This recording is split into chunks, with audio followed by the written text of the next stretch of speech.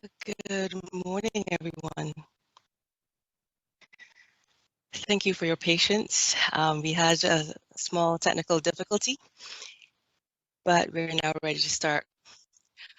Welcome to the Institute of Chartered Accountants of Barbados' virtual public sector conference under the theme Rethink, Retool, Realign.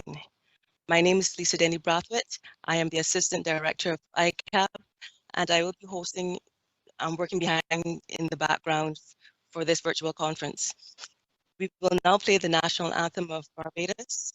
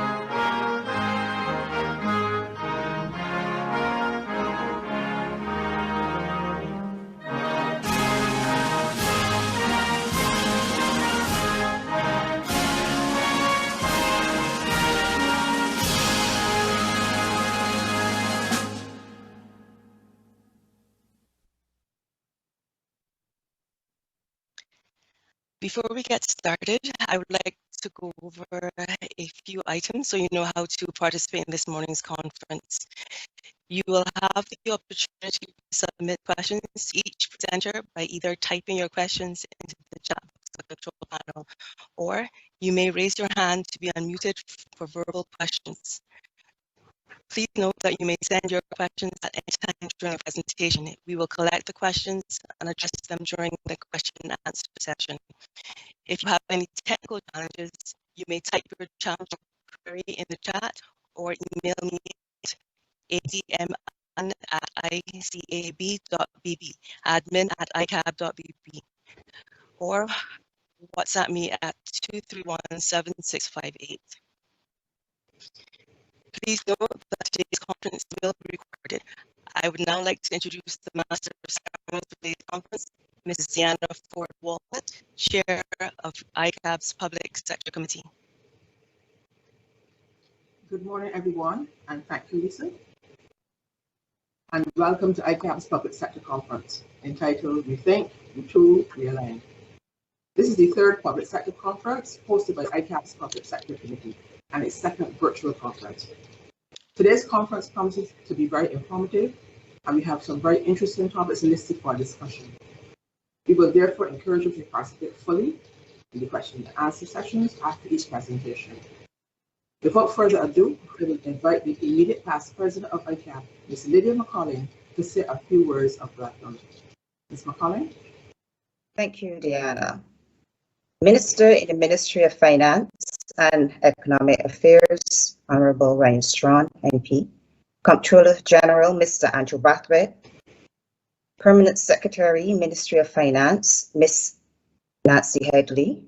Accountant General, Mr. Dean Coppin. Acting Chief Procurement Officer, Gerald Morris Keat. Presenters, panelists. Ladies and gentlemen, good morning. I'm Lydia McCollin, immediate past president of ICAB. Welcome to ICAB's Public Sector Conference, Rethink, Retool, and Realign. This is our third Public Sector Conference, a conference which has been offered free since inception in 2018 is offered for years. ICAB for many years collaborated with the government of Barbados in its efforts to improve Barbados' public financial management system.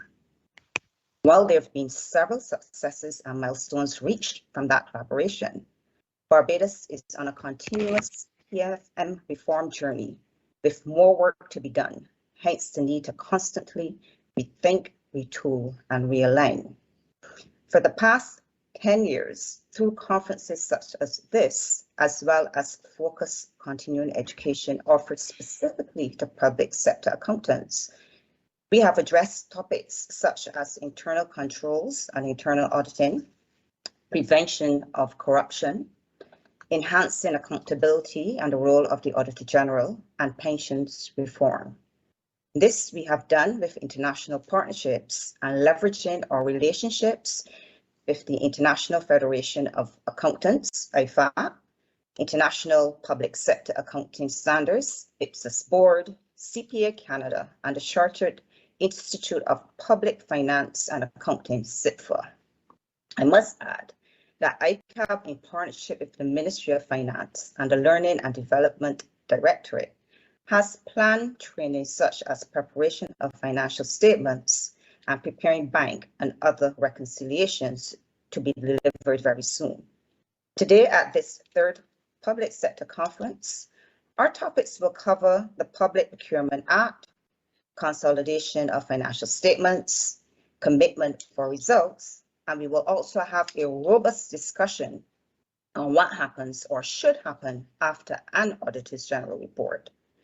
In recent weeks, Barbados' Auditor General in his 2021 report identified a number of areas of concern with respect to accounting practices and financial reporting by the Treasury and some state-owned enterprises. That report triggered much discussion and debate on PFM in Barbados and underscored the need for increased efficiency, accountability, and transparency in public financial reporting. In my long career as a chartered accountant, I've been an audit manager. I've also been a CFO at a large regional company and also at a regulated company in the financial services sector.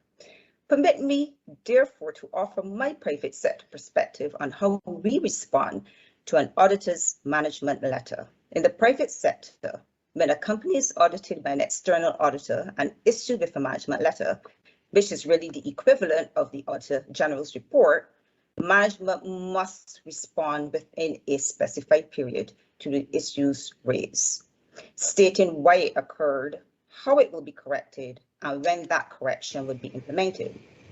The management letter with responses is then reviewed and discussed with the audit committee or the board before it is submitted in final form to the auditor for formal issuance.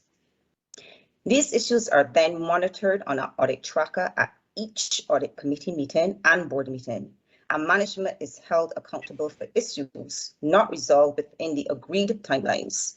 Sometimes this accountability could be dismissal, especially in cases where the issues are repeated and remain unresolved.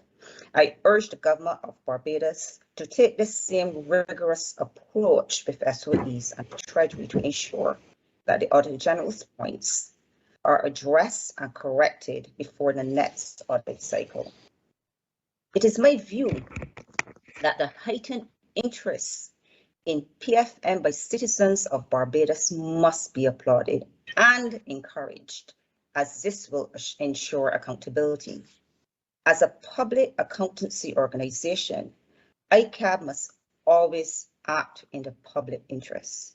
This requirement to act in the public interest explains why PFM reform is a strategic priority for ICAB and why ICAB is committed to continuing to collaborate with the government to achieve further progress in these reforms. Minister, ladies and gentlemen, before I conclude, I must make mention of ICAB's efforts to encourage excellence through recognition and reward. In this regard, ICAB launched at the last public sector conference the Public Sector Financial Reporting Awards with the aim of encouraging better financial reporting and recognizing excellence in the public sector.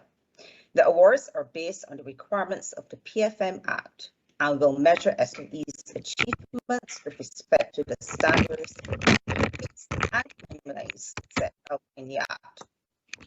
In these special awards, ICAB will highlight and honor SOEs who have met the required standards while simultaneously continuing to work with the government and international partners on those entities still striving to meet the required standards.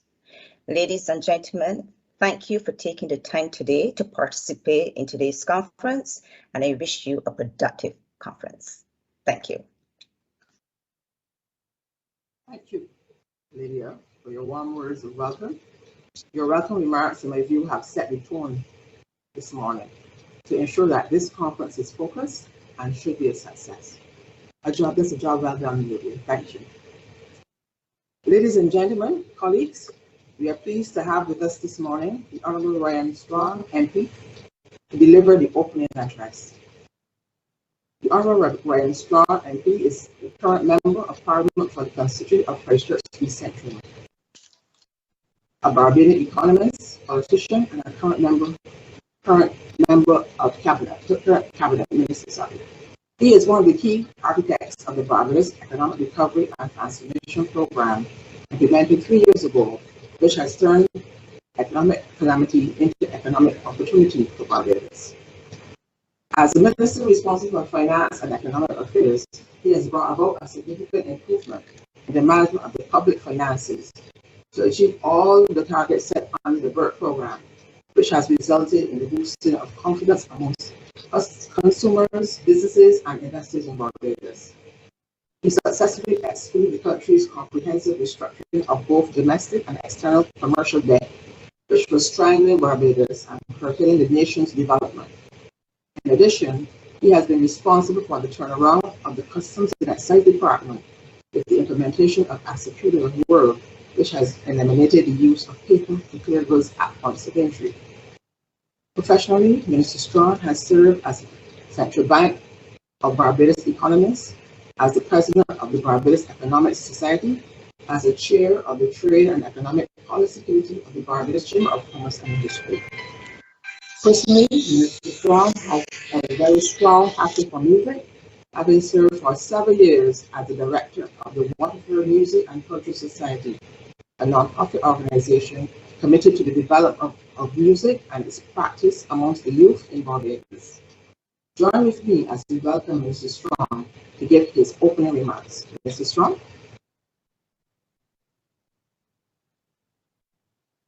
Good morning, everyone. Thank you so very much for those kind words of introduction. President of the Institute of Chartered Accountants of Barbados, Mrs. Darshani Workman, fellow presenters, specially invited guests, public servants, ladies and gentlemen, a warm good morning here in Barbados. I regret that we aren't meeting in person, but it certainly is my pleasure to be with you once again at this annual Public Sector Conference. And I think it has come at a very timely point in our juncture. Let me also reiterate here that the government continues to place as a priority reforms right across the public sector, and we have prioritized the reforms within the public finance management framework in order to right-size Barbados, given our strong track record of the provision of a wide range of public policy and the associated services. And therefore, management of the public finances in the short to medium term will be critical in order to continue to maintain the quality of those public services provided to the public, but more importantly, in our ability to monitor, evaluate, and to determine whether or not there is adequate value for money in the provision of said services.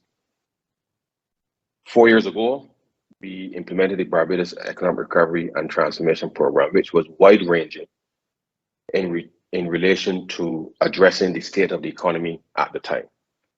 We passed the Public Finance Management Act in 2019, which set in train a series of policy reforms and interventions legislatively that required the entire public service to start to rethink the way that it does things, focusing a lot on process, modernization and digitization of those said processes, which quite frankly meant disrupting, and I hope positively so, disrupting the way that Barbados did business and the government of Barbados did business with the public, and therefore the change management required both internally across departments as well as with the public clearly pose a challenge.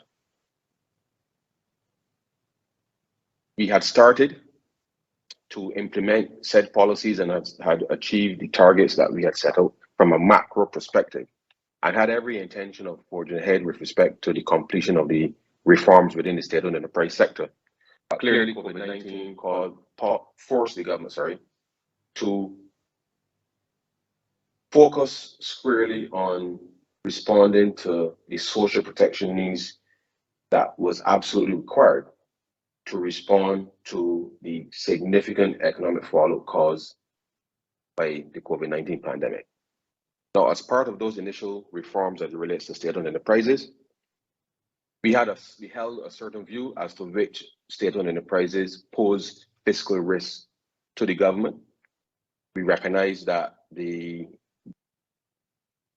delay in the completion of financial statements obviously presented challenges with respect to how not just the public, but certainly the government itself would be able to monitor effectively what is taking place within these said state-owned enterprises.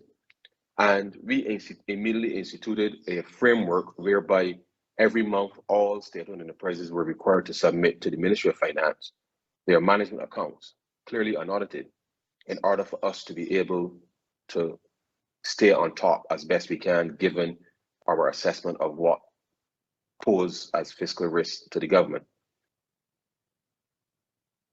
I will take this opportunity to indicate that those early assessments proved, in a sense, to be justified, except that we did not foresee clearly, or no one would have foreseen, the onset of the pandemic. And I use this as an example just for the benefit of your audience, to reiterate that when we did the debt restructuring and we looked at what posed fiscal risk in 2018, the Grantley Adams International Airport, compared to most of the other state-owned enterprises, were at that time did not pose significant fiscal risk to government. It was a well-run institution, well-financed, very solvent, and we really had little or no concern about its ability to service its debt obligations or even with respect to any operational challenges. But of course, 2 years on, pandemic hits, there's a cessation of international travel, and therefore an airport that was quite solvent, capable of being able to carry out its business, suddenly the business environment changed drastically. And therefore the government for the first time had to put in resources to the airport simply because the nature of the business environment changed. And as you know, under the program, we committed to the reduction of transfers, which the reforms that we had implemented had actually done. And we were about to complete what we refer to as the phase 3 reforms relating to the Caribbean, specifically the Caribbean Broadcasting Corporation, the Transport Board, BAMC, and other similar NHC and other similar state-owned enterprises that required significant reform in order to reduce the said fiscal risk to government. The pandemic clearly forced us to pause on those critical reforms. However, what we continue to do, even though we all working virtually from home, was to ensure that we were still in a position to effectively monitor what state-owned enterprises were doing, given that government had to, in fact, increase transfers to some of these state-owned enterprises simply because without those transfers, the mandate of those institutions would have been difficult to execute, and the public would not have accepted the decline or the deterioration in the provision of those public services, and therefore we had to respond. Now, I make these points because during this time as well, under the PFM, but certainly even without PFM, the government continued to enhance its provision and publication of data and information through the Parliament to the public of Barbados, continue to have a range of consultations with a wide cross-section of stakeholders in order to understand the dynamic of what was taking place in relation to the economy and how government was intended to respond given the nature of the pandemic. Whilst we can say today that the publication of the Auditor General's report for 2021 and his previous reports for that matter, they really don't make for good reading.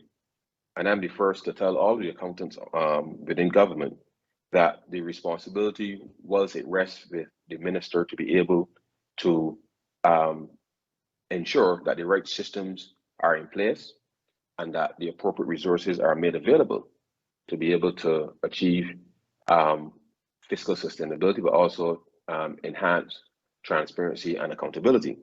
The reality is that the day-to-day functioning with respect to government departments and the reporting cycle rests within the mandate of the Treasury as well as the financial controllers of the various ministries.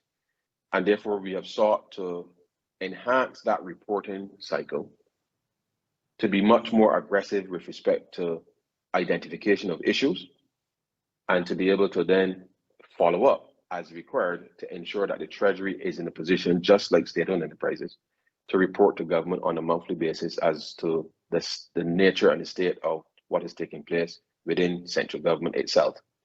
That has not yet been fully completed, but it is my anticipation that by the end of the year, we should be in a position to have that reporting cycle resume such that the same standard that we are holding the state-owned enterprises to, that the Treasury itself would be in a similar position to be able to respond in kind.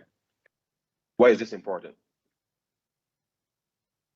The last 2 years, and certainly last year, circumstances have meant that the demand for financing from government has increased substantially.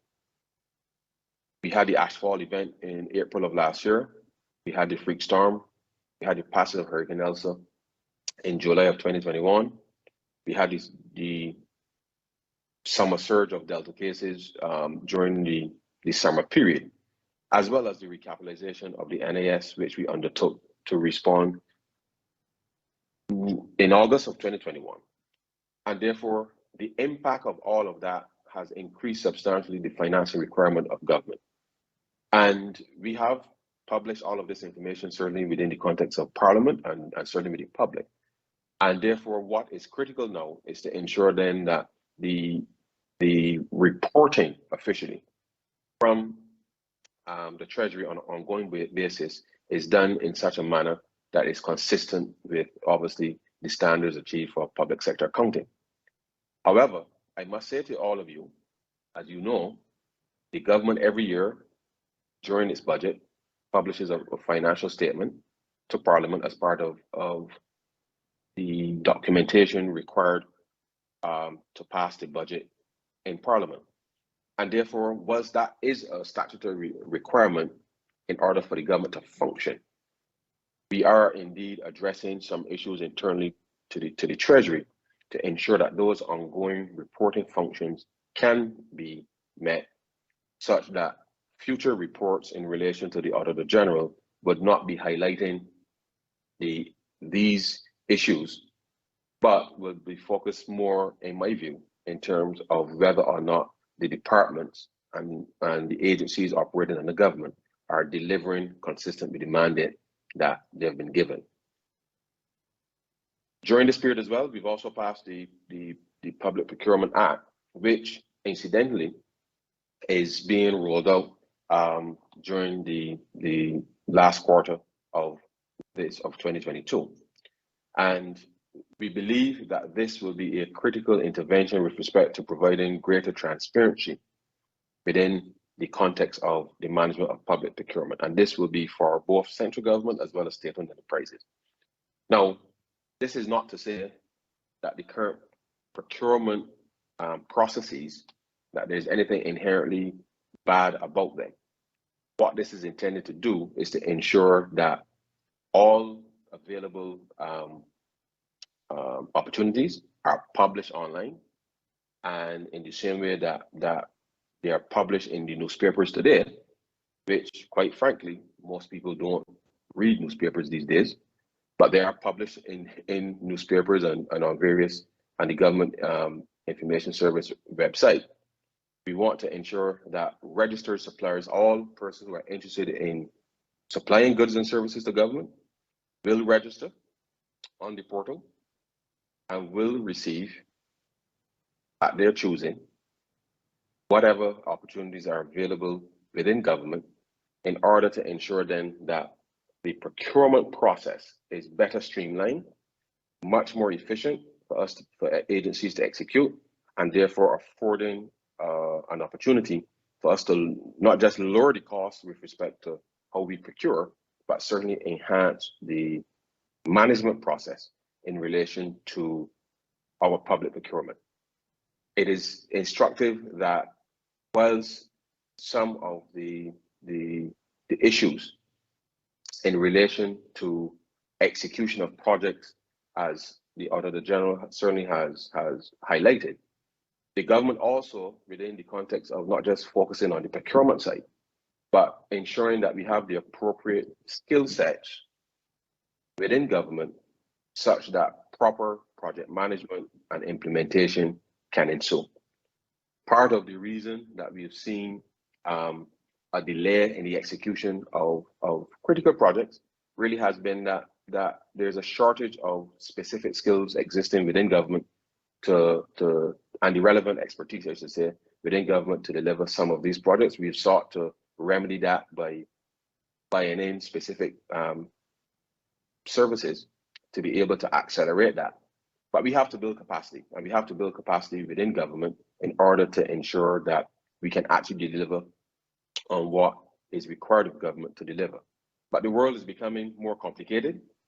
As you know, we have had challenges certainly with respect to logistics and a whole range of issues as a result of the pandemic, and that has delayed the implementation of some key projects. It is not the excuse for some of the long-standing ones like the school meals center at 6 Roads. But the reality of all of this is that the government itself internally, not just with respect to how it manages procurement, but how it manages the implementation of projects within specific departments, will be critical to ensuring that the objectives for reporting ultimately back into the Public Finance Management Act can be done on a timely basis, such that whether it's an audit or just an assessment as to whether or not we are capable of measuring and be effective with respect to commitment for results. All of these are critical interventions now that, from a resource perspective, now have to be addressed. And certainly within the next budget cycle, we will be making resources available to start to address some of these matters. Colleagues will recall that we also, as part of the PFM, indicated that we will be implementing an internal audit department. And the truth is, this was a benchmark that was intended to be delivered in October of 2020. But of course, during the pandemic, we had to divert resources to be able to do, as I said, address those social protection measures because of the fallout of the pandemic. And therefore, we've had to pause the implementation of that. And it is our anticipation that in the next fiscal year, that we should have everything in place in relation to being able to have that department up and running as part, in a sense, as to the reform of the overall accounting system for government, in order to, again, address some of these internal process issues that continue to plague government as we seek to transition from a lot of manual and paper-based processes and inefficient processes to a much more digital and effective way of managing financial resources.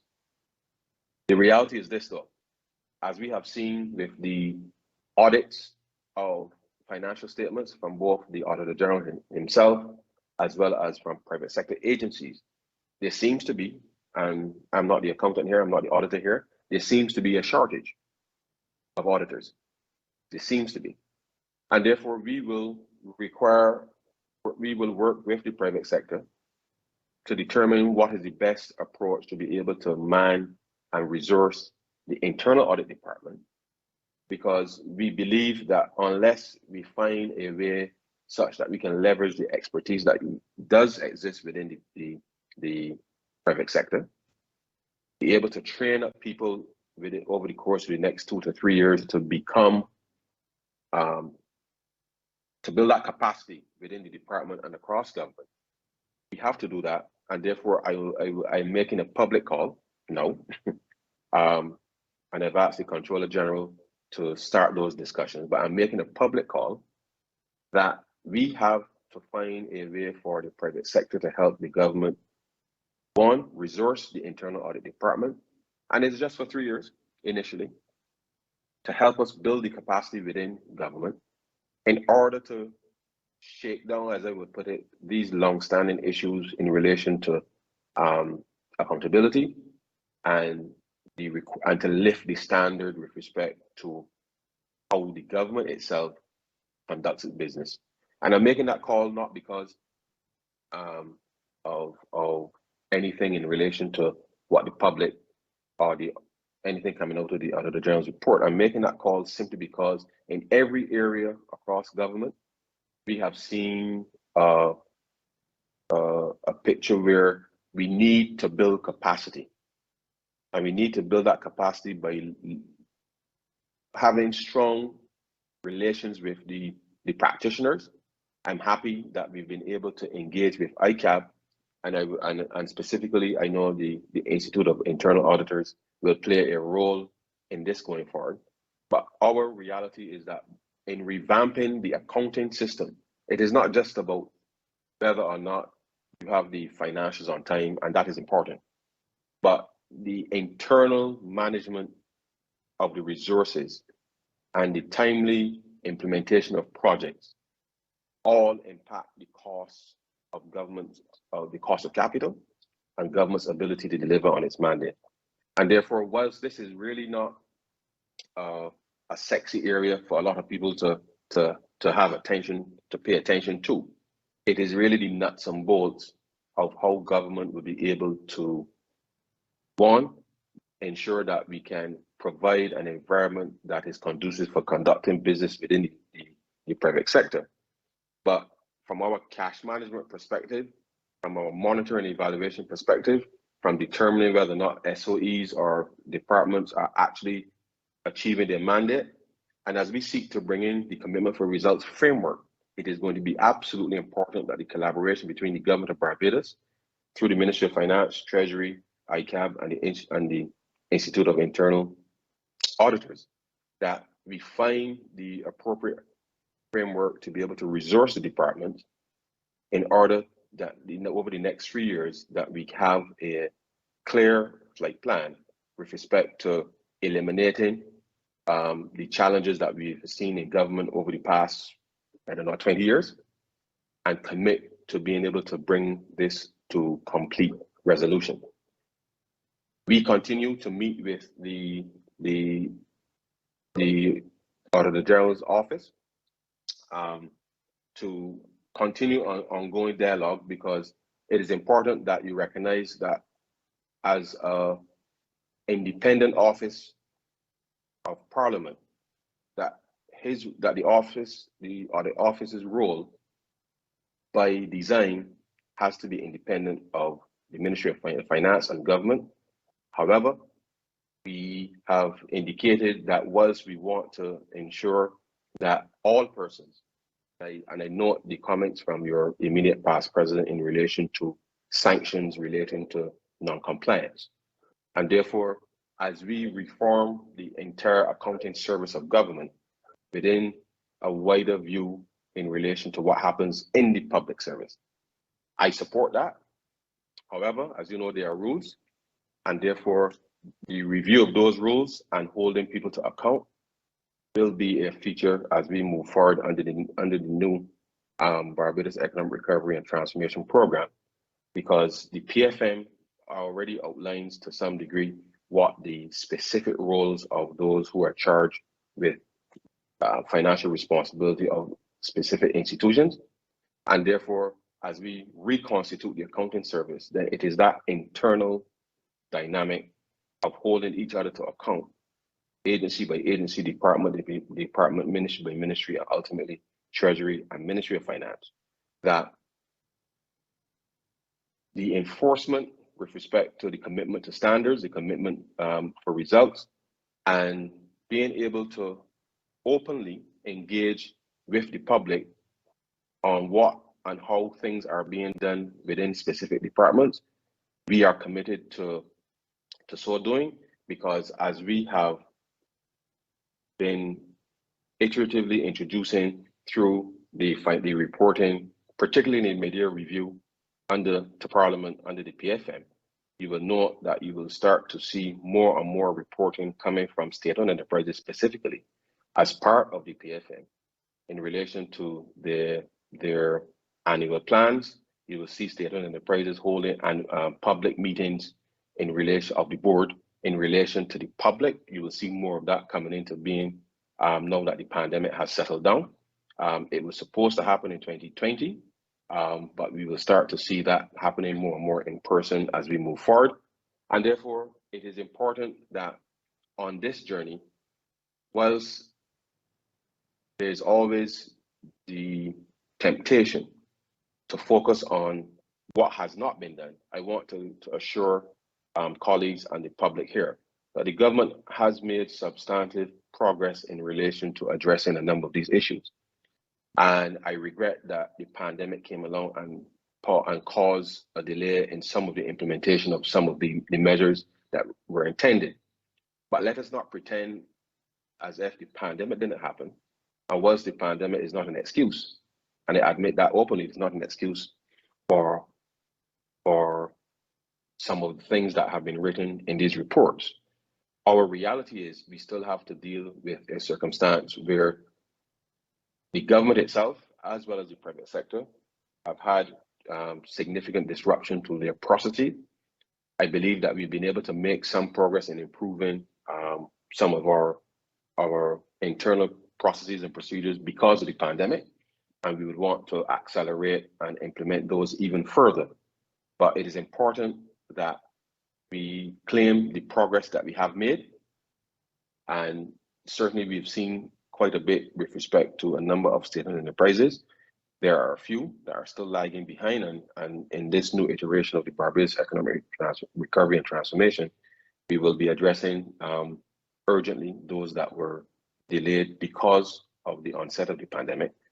But it is important that as the minister responsible for the day-to-day management of the Treasury, as well as the accounting departments across government, I give this commitment that we will restructure the way that we have been operating. We will be making the necessary resources available in a phased manner to be able to address the issue. I will be reaching out personally to both institutions to ensure we have a very clear framework for how we will engage in the context of being able to resource the internal audit department, and commit that with the resolution of these matters, that the government, through its various agencies and state-owned enterprises, will continue to publish information, but that we as government know, and it is not normally the custom of the Treasury or departments to publish information independently, but as we revamp the national statistics system, the Treasury now and the Ministry of Finance proper must find ways of being able to continue to put information into the public domain in the forms that actually are effective more consistent in order to start to change the narrative with respect to what we see coming out of the Auditor General's report over time. And as I've said to the Auditor General on more than one occasion, his reports are important because they highlight clearly what needs to be done. This government has set about a path of addressing a number of these issues, and therefore, whether it is training, whether it is finding the appropriate additional resources to support, whether it is the augmentation from the private sector to help us to do that. And I know that his office requires more resources, and therefore, as we move forward, we must ensure that everybody has the capacity to be able to respond, not just to what the Auditor General has said, but be able to communicate with the public relative to the mandate of each department. Because as the Prime Minister often says to us, once we have restored macro stability, and we have done reasonably well in spite of the pandemic, the reality is the average citizen expects that when he or she goes to any specific government department, that the services that they expect to receive are of a quality that befits the level of taxation and the tax effort that we are mounting across the economy. And therefore, was these reform measures are critical, it is about how we now ensure that these reforms are matched with the proper service delivery across every department in government, so that we can bring Barbados truly into the 21st century. As accountants, I know that this is your field and this is your focus. However, the government has many areas on which to focus. And I can say to you that based on what we have been able to complete, the level of confidence that the government of Barbados has turned the corner in relation to the restoration of macro stability is an important indicator. It is not the only indicator with respect to being able to address the structural issues facing the economy, but it is really about how the average citizen is able to see and feel the benefits of the reforms. And therefore, as we look to improve and enhance the transparency and accountability with respect to the publishing of information, the value for money proposition and the sense that persons are getting a good deal, so to speak, with respect to the quality of the services that they're getting from government, we believe that that too must be a critical and component as to ensuring that Barbados can actually achieve an inclusive economic recovery, and that we can create an environment where the public sector, all of his agencies, are actively supporting a business environment that is absolutely conducive to doing business, whether you're a small vendor, whether you're an international investor, or anybody in between, that persons in Barbados can make an investment and get a reasonable return. And therefore, our commitment for results framework encapsulates the ability to do that. And therefore, I know that there's still more work to be done within that space. And therefore, the reform within the wider public sector is going to be a critical component of how we are able to turn the government into a true facilitator of growth, a true facilitator of being able to address any social challenges that may arise, and therefore put us in a position where, as we know, whilst the macro picture is very good, it is the households and the micro businesses and the economic agents that we now have to ensure that they get much more resilient, and that therefore we can take the economy forward and complete the transformation that was intended under the work program. So I'm happy to have been able to share these few thoughts with you this morning. There, over the course of the coming weeks, there will be more than ample opportunity for us to be able to discuss publicly what we are going to be agreeing to with respect to the new BERT program, in which will be supported, we hope, by the International Monetary Fund, and therefore ICAB as a strategic partner, we will continue to work with you, because the work that we started 4 years ago must continue and accelerate in earnest now, in order for Barbados to be able to slingshot itself out of the last 2 years where the economy has been significantly hampered. So thank you, and I wish all of you a very happy remaining of the conference. Thank you very much.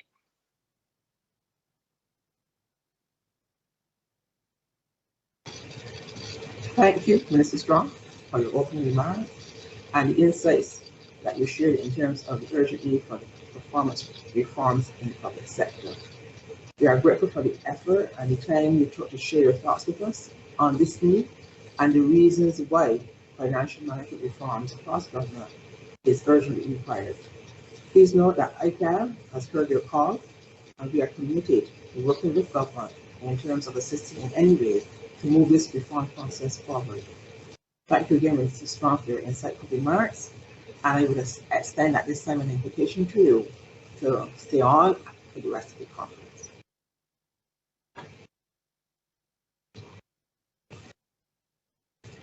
The next item on the agenda this morning, and Mr. Strong in his remarks would have spent a lot of time speaking about it. And the first topic on the conference agenda is the Public Procurement Act 2021. And to walk us through this act and its obligations are the Controller General, Mr. Andrew Brathwaite, and Acting Chief Procurement Officer, Mrs. Sharon Morris-Skeet. Andrew Brathwaite has over 25 years of experience in the accounting profession, providing audit, tax, and business advisory service to a wide range of entities in various industries. Mr. Brathwaite was president of ICAB between May 2017 and May 2019, having previously served in that capacity from May 2010 to May 2012. He served on ICAB's council from 2002 to 2020 and chaired several committees. He has also served for 6 years as a director and alternate director of the Institute of Chartered Accountants of the Caribbean. He is a fellow of the Institute of Chartered Accountants of Barbados and a member of the Chartered Professional Accountants of Nova Scotia. Mrs. Sharon Morris-Skeet, is a career civil servant of over 32 years, working with the Public Investment Unit, Ministry of Finance, in Economic Affairs and Investment for the majority of that time as a Chief Project Analyst.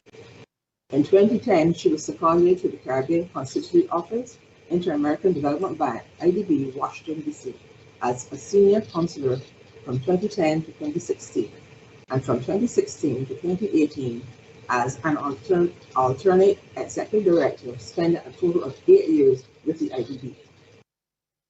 On her return to Barbados in 2018, Mrs. Morris-Skeet returned to her substantive post in the Public Investment Union. In 2021, she was transferred on promotion to the post of Deputy Permanent Secretary Acting, Ministry of Agriculture, Food and Nutritional Security. In April 2022, she was transferred to the Government Procurement Department as Chief Procurement Officer Acting. She holds a master's degree in project management and evaluation from the University of West Indies, and an MM in management specializing in acquisition and supply chain management from the University of Maryland University College. She also holds a postgraduate diploma in acquisition and supply chain management and a diploma in human resource management from the Cape School of Business.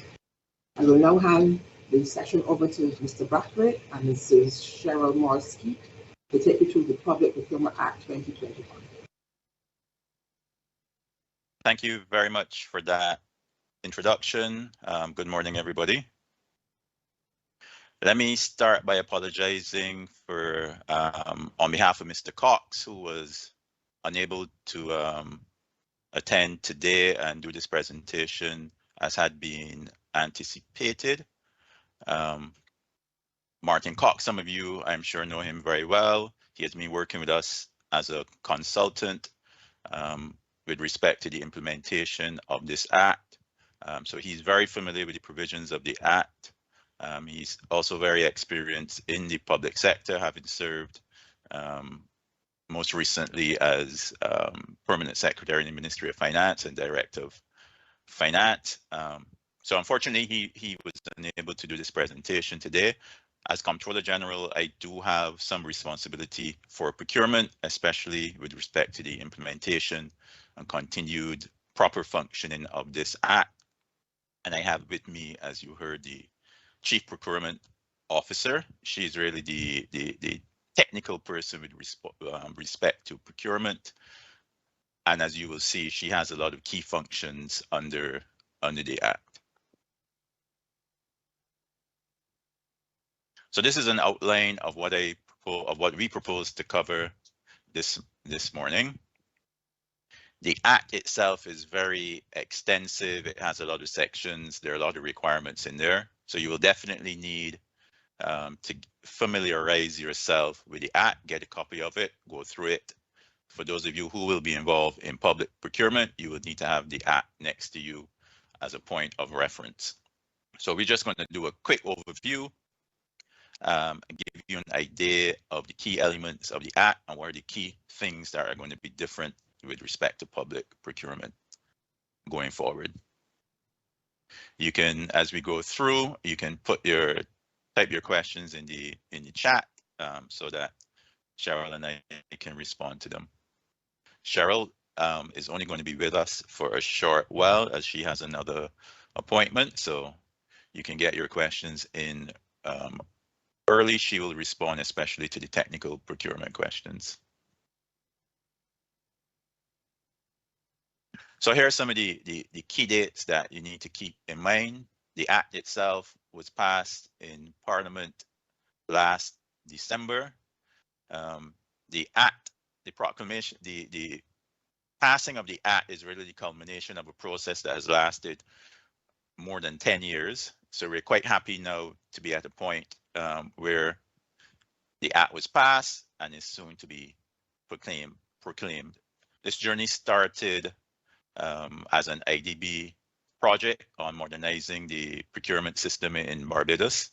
I should mention that I think we have Karen Hurley in the audience. Karen has been with the project since inception, and she's really done a great job and is an integral part of getting us to the point that we are at now.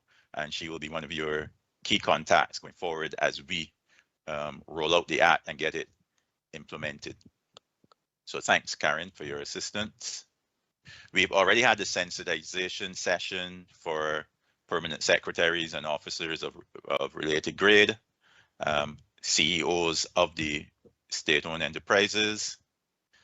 We do plan to have a similar session for directors of the SOEs that will be scheduled shortly. We started sensitization sessions for officers this month. Those sessions are 2-day sessions. So as I said, there's quite a lot of material to be covered in the legislation. We sent out correspondence to all ministries and departments, as well as all SOEs, asking you to nominate officers to attend those detailed sensitization sessions. So we will be continuing to follow up to ensure that all the officers who will be involved in procurement, as well as the senior, the CEOs, PSs, etc., and directors have the opportunity to attend one of those sessions.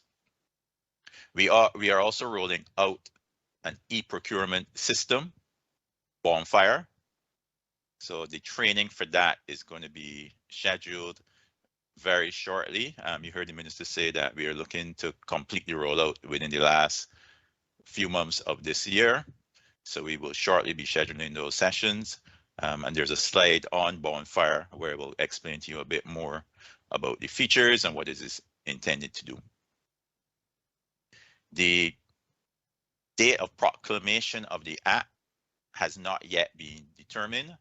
We are pushing to get that done, to have it proclaimed as soon as possible, because partly because, as I said, the process has taken so long for us to get to this point. But we do need to complete all the training. We do need to look at our implementation planning and make sure everyone is ready to hit the ground running once the Act is proclaimed.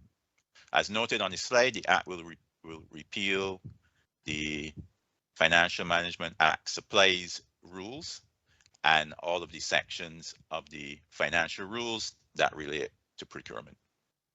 So once we finalize the proclamation date, we will communicate that with you.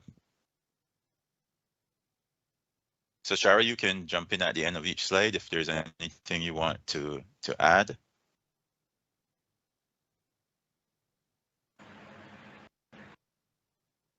Noted, Andrew.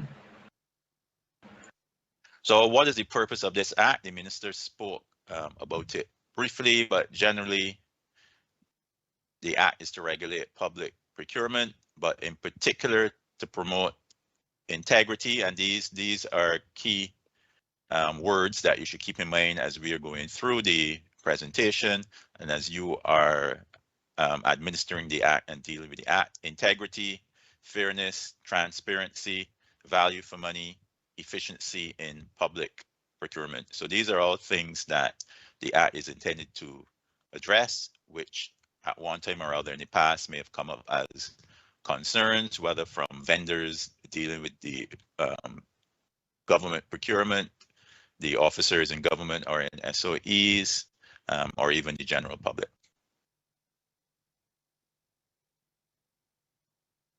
So what does this Act cover? So first of all, what is public procurement, or procurement generally as referenced in the Act?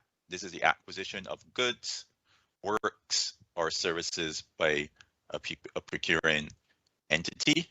What is a procuring entity? Every ministry, department, agency, organ, unit, or other authority of government, all state-owned enterprises, and all commercial state-owned enterprises. That distinction between social and commercial SOEs in the Public Finance Management Act. Commercial state-owned enterprises are the ones that are intended to earn their own keep, so to speak. So to earn enough revenue from their expenses, the SOEs are the ones that rely heavily on government support. I just want to add here, Andrew, that in terms of key dates, we are also planning sensitization for suppliers as well. So that should be noted as well. Right, thanks, Cheryl. Yeah, we rolled out very. You guys are in public sector, so you are not familiar with this concept of works, but I can't go and get myself. So when we speak about works, we speak about building of schools, roads, etc. So procurement is actually a specialized field. So again, this is something that I really discovered recently. I'm sure some of you know certainly, but those who do not, just the competencies that involved procurement may be required to have or expect to have. So these are all the things that are involved in procurement. So it can get very technical. Sourcing, negotiation, legal arrangements, finance, etc. So you have to think very carefully as we are implementing this Act about who in your ministry, who in your SOE are you going to assign to be responsible for and to do the detailed sensitization sessions. For those with significant procurement, significant levels of procurement, or with procurement that is highly technical, you might want to consider having the relevant officers trained in procurement. We did train a number of officers in central government a couple of years ago. So hopefully those officers can continue to be involved with the procurement process. The associate degree in procurement at Barbados Community College apparently is being offered in the new year. So you might want to take advantage of that. And then you can see some of the other opportunities for further education, further qualification in the field of procurement. So just keep this in mind. You may need to ensure that the officers involved in procurement are suitably trained. And we will also be working to see what training we can arrange centrally to help support these officers.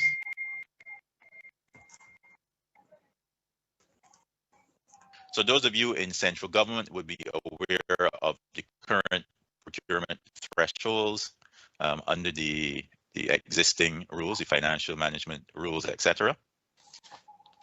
In SOEs, those of you in SOEs, you may have your own rules that may or may not differ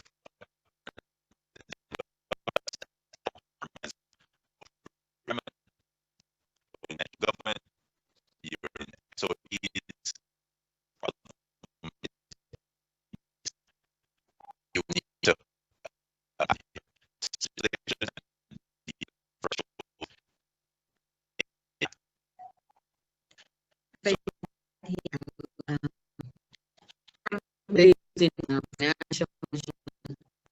financial rules procurement, and for open tendering, we use the 200,000 for that, where we invite tenders.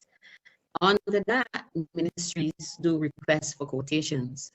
In this new procurement thresholds, we are seeing anything for goods and services over 300,000. We are doing the open tendering.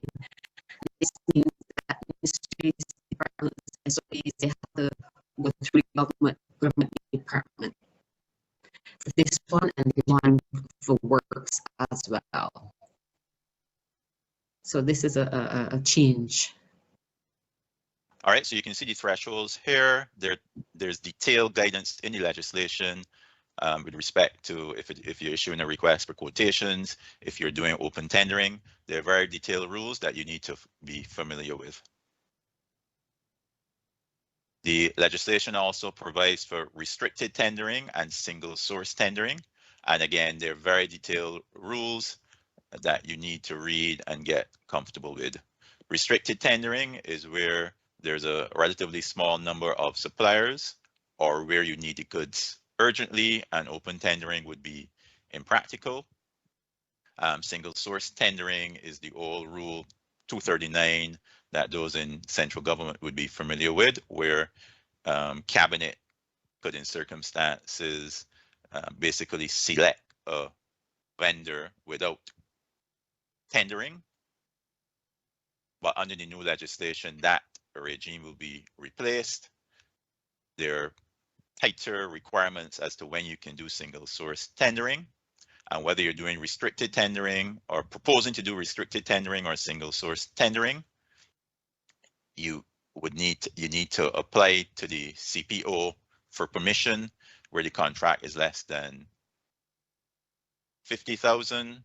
Sorry, where it is greater than 50,000, but up to the limits that you saw on the previous slide, 300,000 in the case of goods and services, or 500,000 if works are included. Then, so between above 300,000 or 500,000, as the case may be, the DFE, Director of Finance, must grant that permission, acting on the advice of the CPO. So, just to repeat, in case that wasn't clear, where the contract is below 50,000, then you don't need to go to the CPO or DFE for permission. If it's above 50,000, but below 300,000 in the case of goods and services, or below 500,000. Sorry, I am confusing you, I'm confusing myself. So below 50,000, no permission required. Between 50 and 300,000, or 50 and 500,000, as the case may be, the CPO may grant the permission, but above the 300,000 in the case of goods and services, and above 500,000 where works are involved. The DFE must grant the permission in order for you to proceed with restricted tendering or single source tendering. So hopefully that was clear. You can let us know in the chat if you have any questions about that. And as I said before, you need to go to the Act and read in detail what the legislation is saying.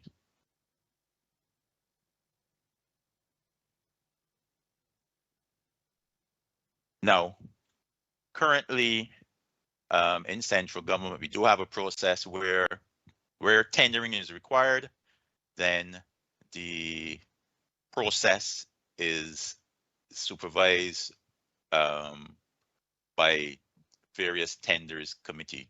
So when the tenders are submitted, those go to the tenders committees to make the final decision as to which vendor will be awarded the contract. An additional step is being introduced now where each procuring entity must have an evaluation committee to first make an assessment of the tenders that come in. So remember, the procuring entity is the individual ministry or department or government agency or the individual SOE. So you need to set up this evaluation committee at your level. The detailed requirements for that evaluation committee and how it should function are included in the Act.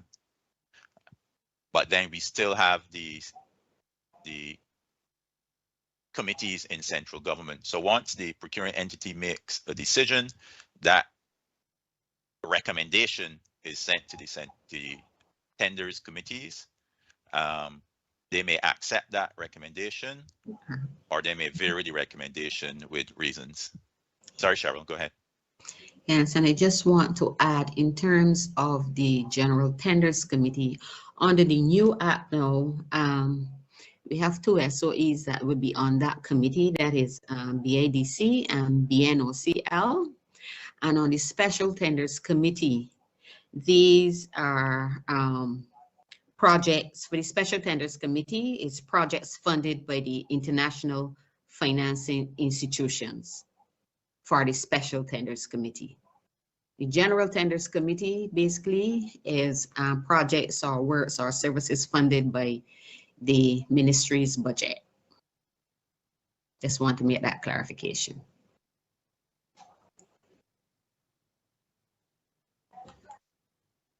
So there are a number of other matters related to tenders that are included in the legislation that we don't have time to go through this morning, but we do go through those in a lot more detail in the sensitization sessions.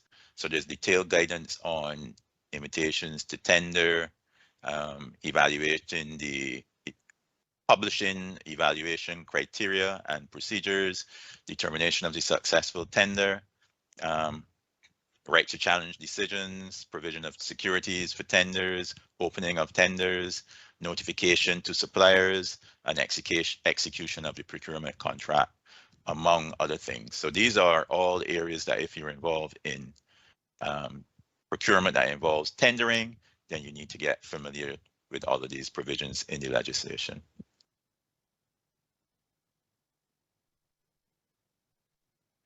Legislation also imposes a number of new reporting requirements, both at the level of the procuring entity and at the level of the Chief Procurement Officer and the Ministry of Finance. So the procurement entity, you need to prepare an annual procurement plan, including an estimation of the goods, works, and services that you will expect, that you require for the next financial year. That has to be submitted to the CPO by January 31st. You need to publish, as a procuring entity, a detailed list of your planned procurement for the year, indicating the types of goods, works, and services likely to be required. That has to be published prior to the start of the financial year. And the object of that is to give vendors an idea of what procurement opportunities will be available. Procuring entity also has to publish a cumulative list of all procurement contracts awarded during the year. You have to publish that list by March 31st and then update it at September 30th for any new procurement contracts awarded. So again, this is contributing to the transparency surrounding public procurement. The procuring entity, each procuring entity must submit a report on the performance of each supplier with whom the entity has a procurement contract. That has to be submitted to the CPO. In the case of contracts that are less than a year, it must be submitted by the end of the quarter after performance of the contract has been completed. And for contracts that are longer than a year, it has to be submitted at least annually. So on the next slide, I'll show you what what must be included in that report on performance.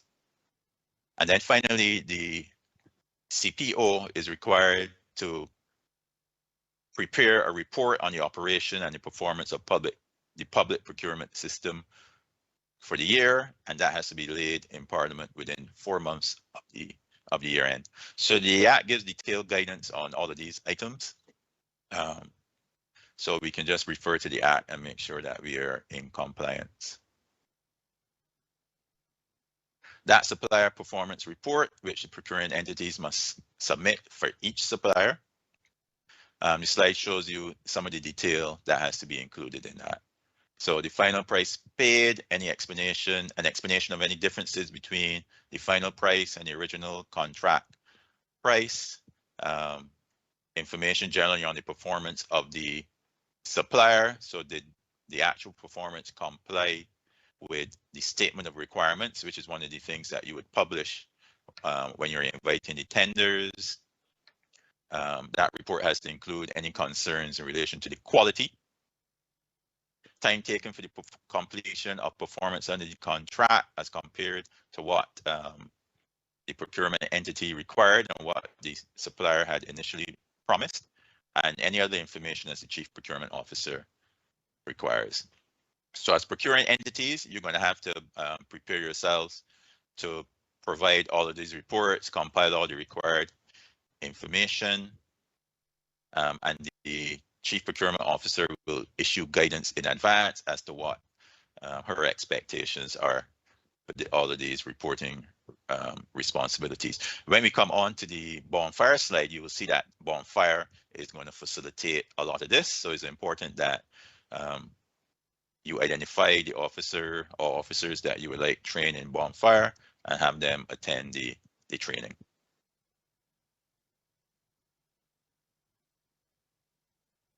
The Act introduces the concept of a supplier register, and procuring entities are only allowed to enter into contracts with registered suppliers.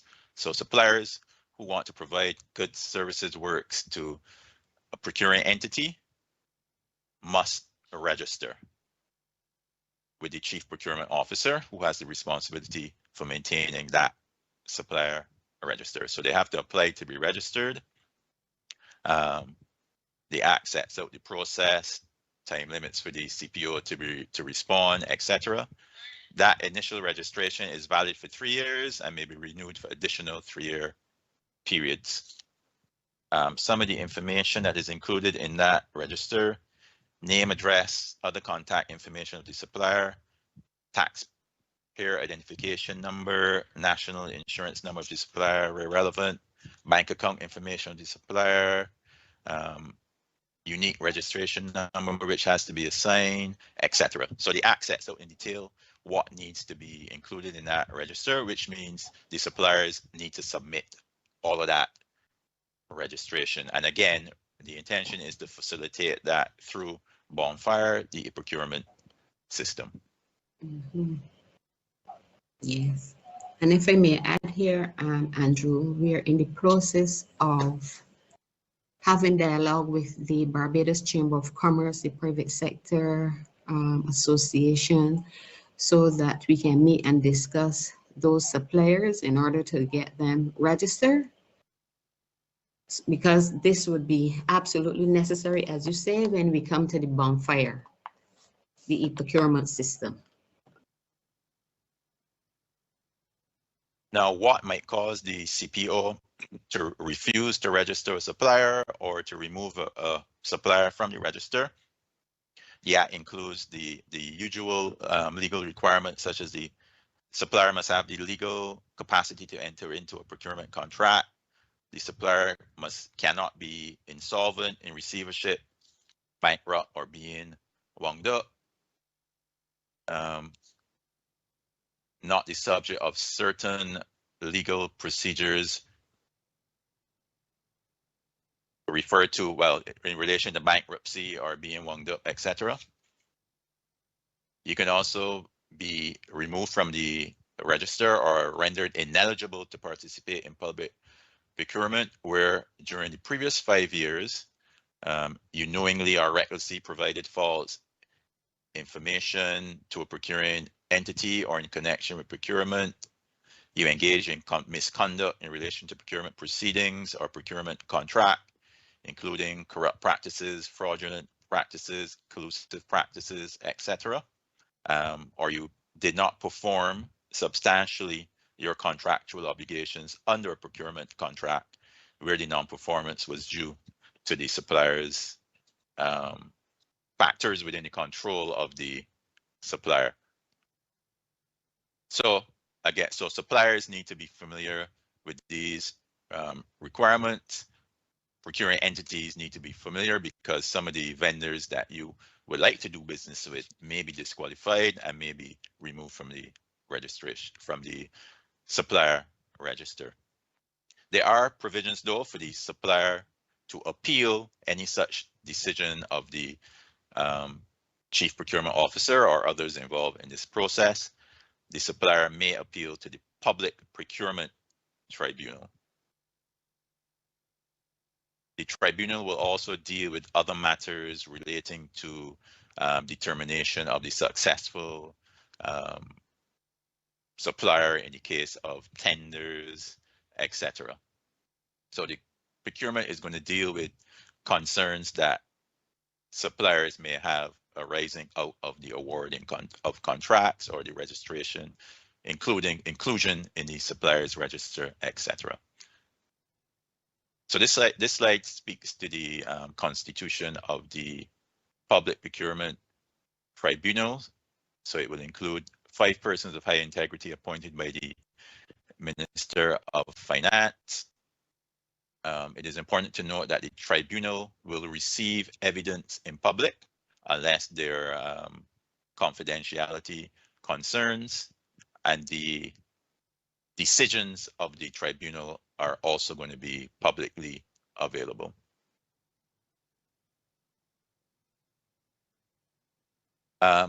Just some other miscellaneous provisions in the Act that are important to note.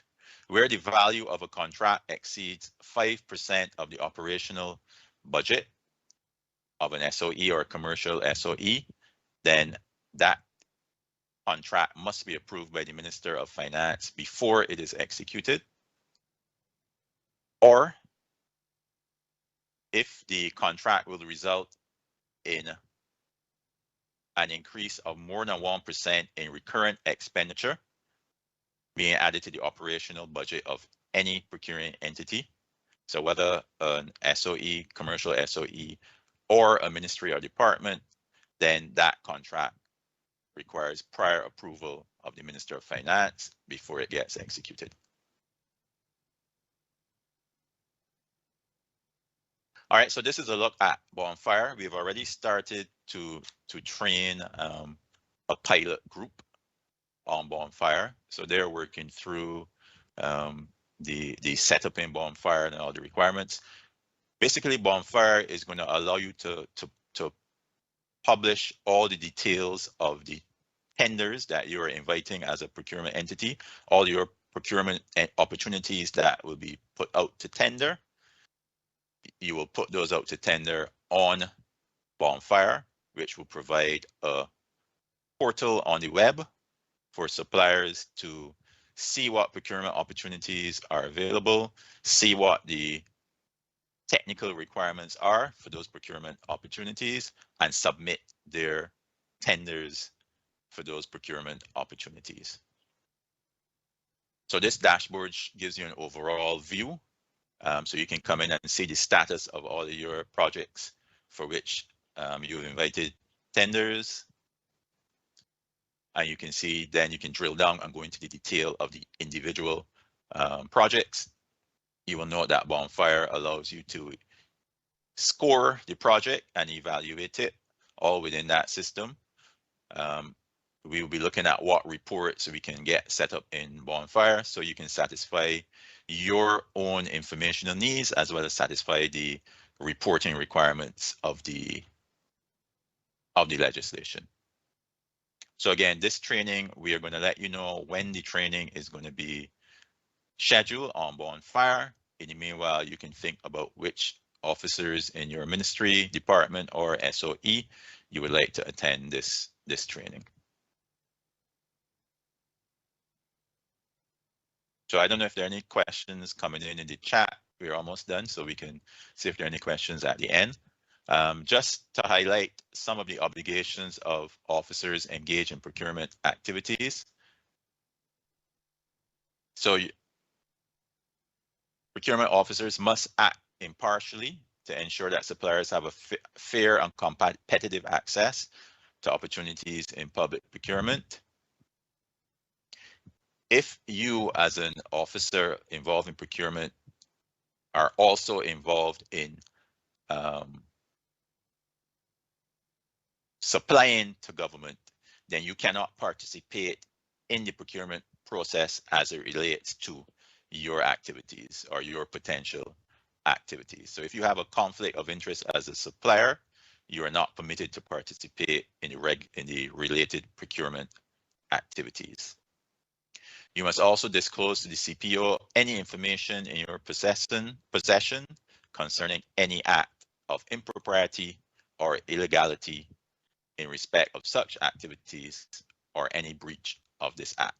So the act imposes a duty on you to report any improprieties, illegalities, or breaches of the act to the Chief Procurement Officer. The DFE may also request the CPO to investigate and report on any procurement proceedings that are suspected to be in violation of the Act. And where the CPO or the tribunal has reasonable cause to believe that there's been misconduct or a breach of the Act by an officer, then they may refer that matter to the appropriate authorities, most likely the police, for further investigation.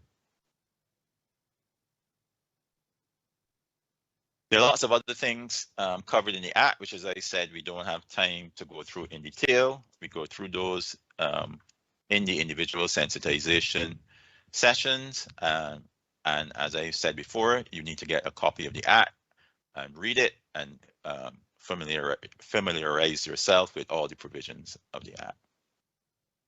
So those are the key things we wanted to cover this morning. I'm going to start presenting so you can see. Thank you, Mr. Brathwaite and Mrs. Morris-Skeet.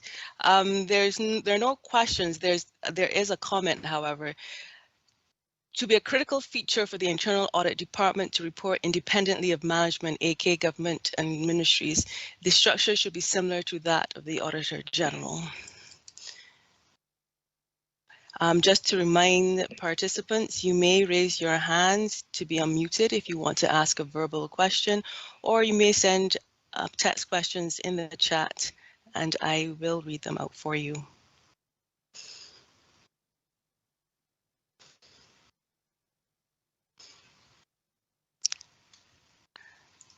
All right, so it looks like it was all crystal clear. Either that or they're waiting for the detailed sensitization. So thank you very, very much. Hopefully that was useful, and we look forward to working with you to implement the provisions of this new legislation as soon as possible. Thank you, Mr. Brathwaite and Mrs. Sharon Morris-Skeet, for your insights into the Public Procurement Act 2021. Of particular note are the changes in rules related to the tendering, whether restricted or single source, the need for each department or SOE to set up their own internal evaluation committee, and the powers of the Public Procurement Tribunal. It was a very interesting presentation, at least for me, as I was unaware, and I believe some members of the audience too are also unaware of the various stages that go into a procurement process. What is of note is the increased performance management of the process. I found that very interesting. Thank you very much for providing the insight, and I would also encourage the attendees to take the time and familiarize themselves with the act. Thank you all. Thank you too. Okay. The next item on our agenda is the consolidation of financial statements under the International Public Sector Accounting Standards, IPSAS.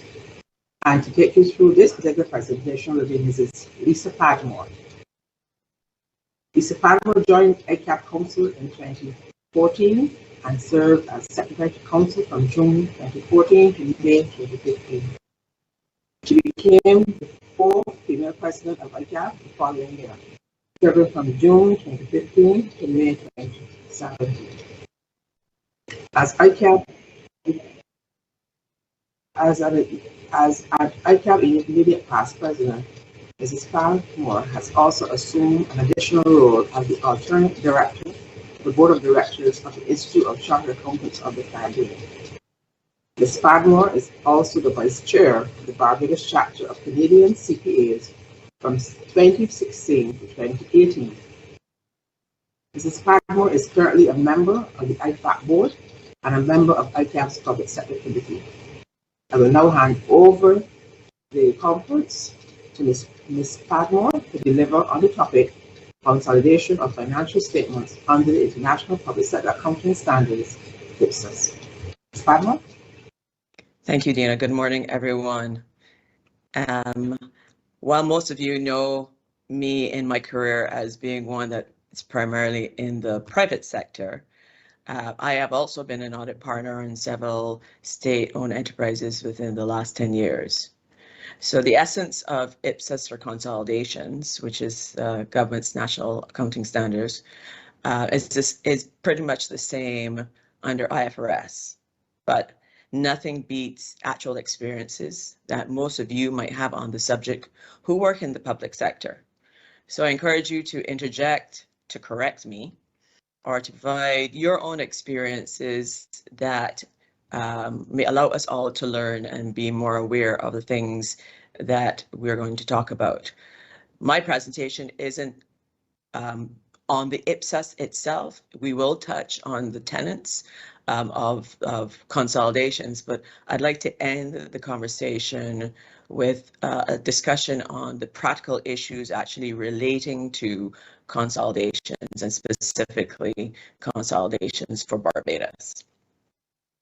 So the government of Barbados would have adopted IPSAS as its national public accounting standards in 2007. With commercial state-owned enterprises being allowed to use IFRS to prepare their financial statements. And we all know that the journey to accrual accounting has been a long one, and is still a journey that we're on as a country, because we still have some units of the public sector who either are doing a hybrid or they are doing pure cash accounting. But nonetheless, there are several benefits to preparing consolidated financial statements, and I think the minister alluded to some of them today when he brought his words to us. Obviously, it provides a clear picture of the financial position and the financial performance of the entire government. When we are looking at stewardship, we're not necessarily just looking at stewardship for one ministry or one minister, but we're looking at the entire government as a whole. It helps government make better informed decisions in terms of utilization of resources, because obviously just looking at it from ministry to ministry isn't necessarily giving you a complete picture. And finally, it allows the public, which is very important, to understand the consequences of decisions made by government, and therefore allows us to determine the degree of accountability that has been achieved.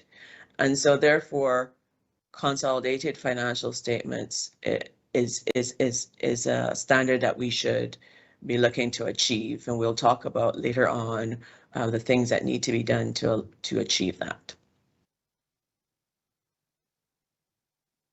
So most of you understand the concept of consolidation, but just in case we do have some who are not as familiar, the next couple of slides goes into what that's about.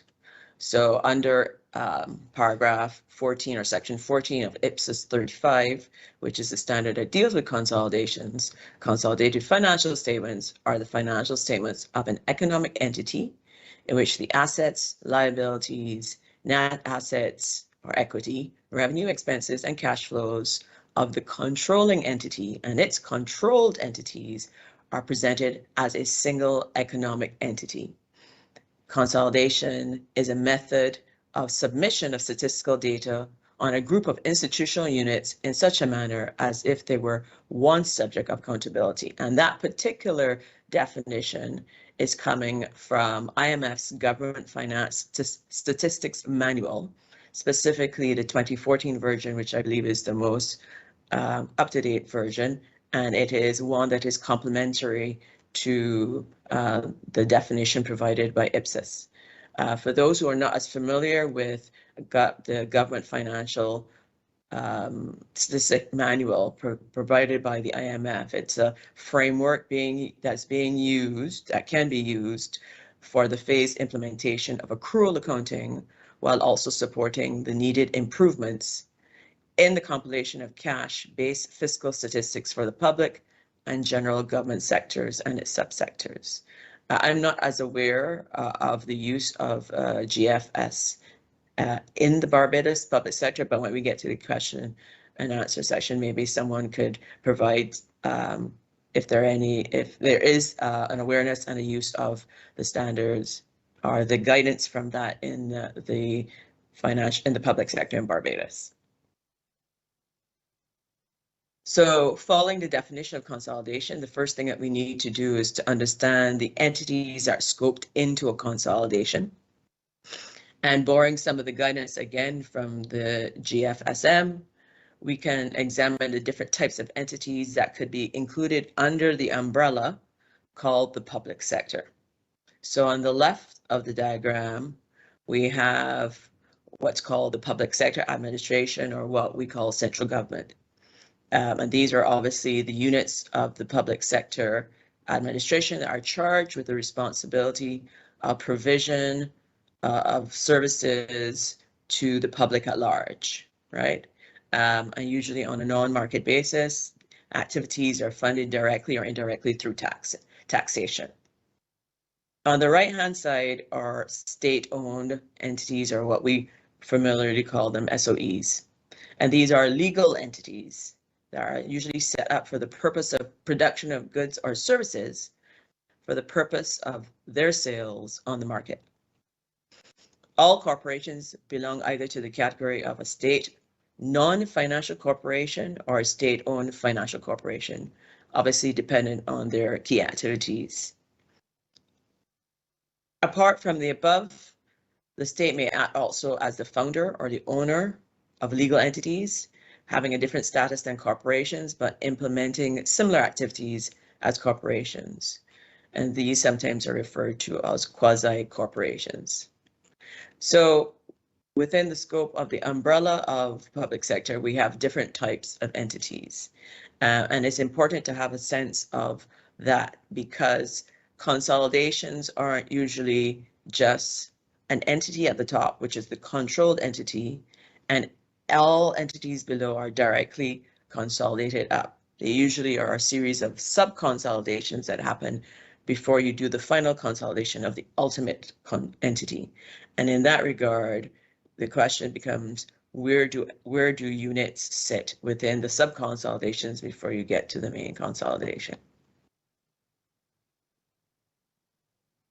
So let's look at the criteria for determining a public sector unit. So Departments of government or units of public administration usually carry out the functions of government, and because of their nature are generally included in a consolidation. So for example, our own Ministry of Finance, Economic Affairs and Investment, or our Ministry of Energy and Business Development, by their nature, because they are units of public administration, they would be included in the consolidation. So if a state-owned enterprise is legally owned more than 50% by the state, usually it would be included in the consolidation. But similar to IFRS is the concept of control in the public sector as well too. And if we look at the definition of control, control at the end of the day is, under IPSAS, is an entity gains that control of an operation, or an entity gains that control of the entity if it has the power over the operation, it has exposure or rights to variable benefits, and those variable benefits mean you either are getting the profits, or you're getting you're exposed to the risk involved in ownership of that entity. And you also have the ability to use that power. So it's not enough just to have the voting rights because you own the shares, but you also have the ability to use that power to affect the change. And that tends to be more of an issue when you have less than 100% ownership of an entity. The GFSM also has a definition for control as well. And in their definition, they speak about the authority to determine the overall corporate policy of an entity, and not dissimilar to that of IPSAS. And again, both IPSAS and GFSM have indicators of control and what looks like control. And so therefore we're gonna look at those a little bit more in detail, because it's important, especially when it's not a cut and dry.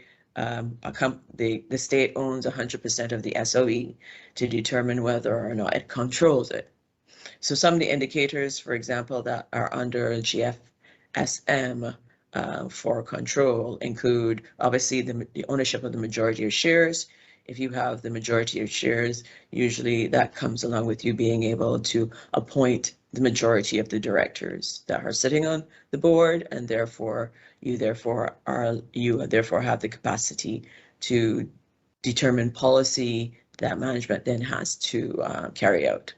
Obviously, as I said, control over the board of directors is important in terms of an indicator of control. You have control over appointing or dismissing positions in key personnel. So not only in addition to the board of directors, but you actually have a say in who's hired and unfortunately who's fired. You have control over key committees of an entity, and maybe those key committees are the ones that are involved in the main operation of the business. And so if you have control over those committees, then you will have an indicator of control and therefore consolidation. Whether or not you have something called golden shares or options. And a golden share is a type of share that gives its shareholder veto power over changes to the company's charter. Those types of shares therefore are in addition to the voting shares that you might have. You might have, under being the regulator or regulation, control over the entity and what it does. And so therefore it might be an indicator that allows you to determine whether a consolidation is appropriate. You have control because you're the dominant client. All the sales of that particular entity are to the public sector, right? Or and so therefore there might be some argument that control exists. Finally, control can exist because of borrowing. If you are lending money to the institution and the entity cannot exist without that funding, then there might be an argument as well too for control. So all of these are important indicators, not necessarily by themselves. One by themselves would indicate control. It tends to be a combination of indicators that allow you to demonstrate control. So under IPSAS, sections 23 to 37 outlines specifically the indicators of control.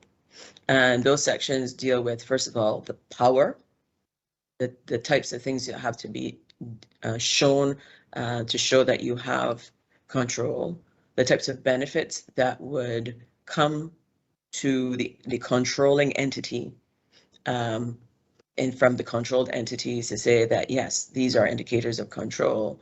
And then it goes through the link between the two because there needs to be that link.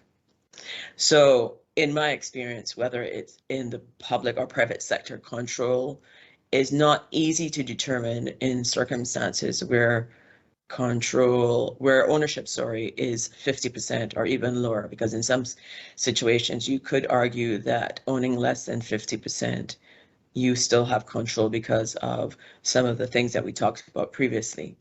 So, for example, let's say that the government owned less than 50% share in a corporation. That corporation, for example, operates a hotel. But at the same time, the Prime Minister has the right to appoint all of the positions of the board of directors.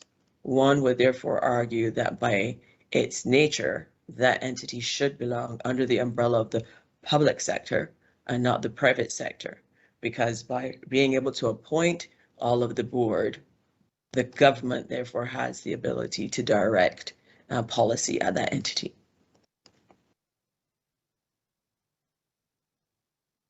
So based on how governments are organized, like I said before, the consolidation may not necessarily be just the state being at the top, being the controlling entity, and all of the departments of government and all the SOEs are sitting at the level below, and therefore consolidated straight to the state. There might be some sub-consolidations that have to occur. And so one of the things you have to determine when you're looking at those that are scoped into the consolidation is, where are they scoped? Are they being scoped directly to the state, or are they being the ultimate entity, or are they being consolidated first through a ministry, through a unit of public administration? So I wanted to just look at some of the things that we might consider to determine those as you're going through a consolidation. So let's use the example, I call it, of government air.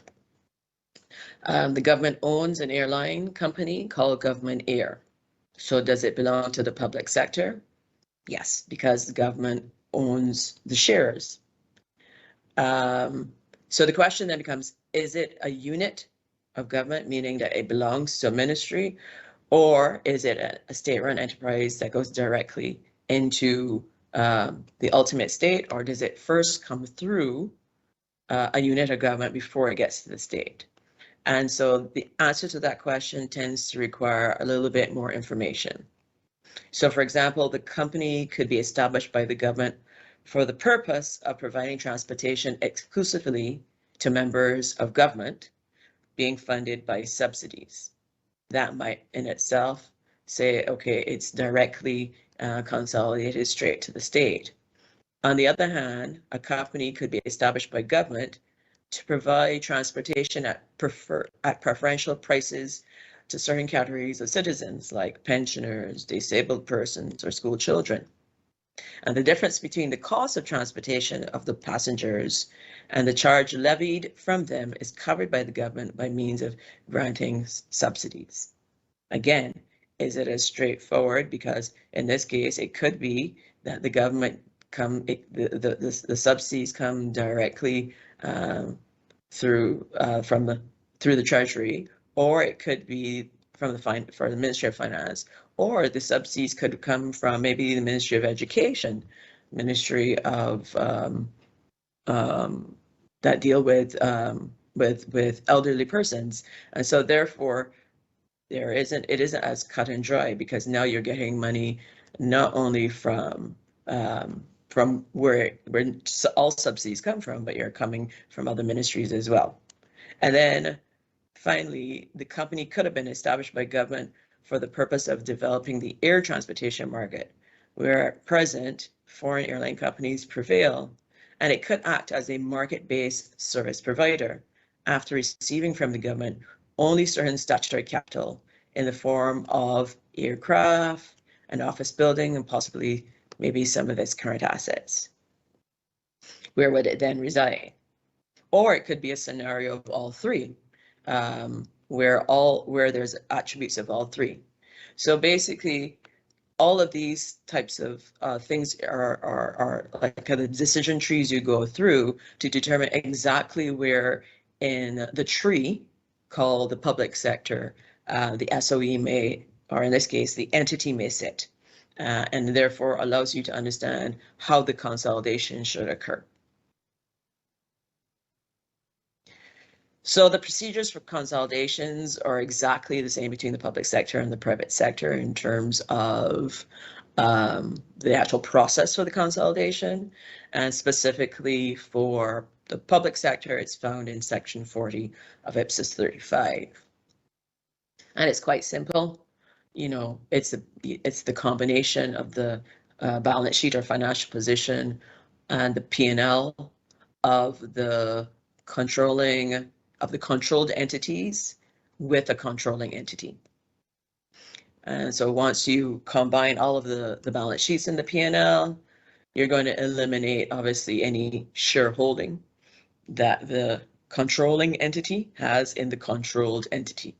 So share capital elimination with what is the share capital in the controlled entity from the investment in that entity on the other side. Now, if it was in a case where the state had incorporated the entity, but they might have acquired the entity, then the question becomes whether or not on that acquisition there was goodwill, and therefore bringing that goodwill back into being on the consolidation. And of course, there is a whole standard that deals with goodwill. And remember that goodwill, it doesn't matter if it's public sector or private sector, has to go through an annual determination of impairment.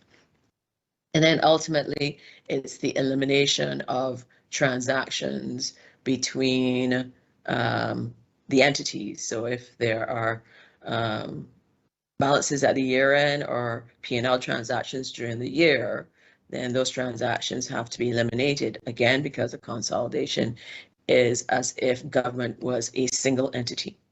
And so therefore, a transfer of an asset between a ministry isn't necessarily you doubling up. It's really the same asset. It's just been moved to different entities within the public sector. So that would look like the same asset as if it was purchased by the original entity.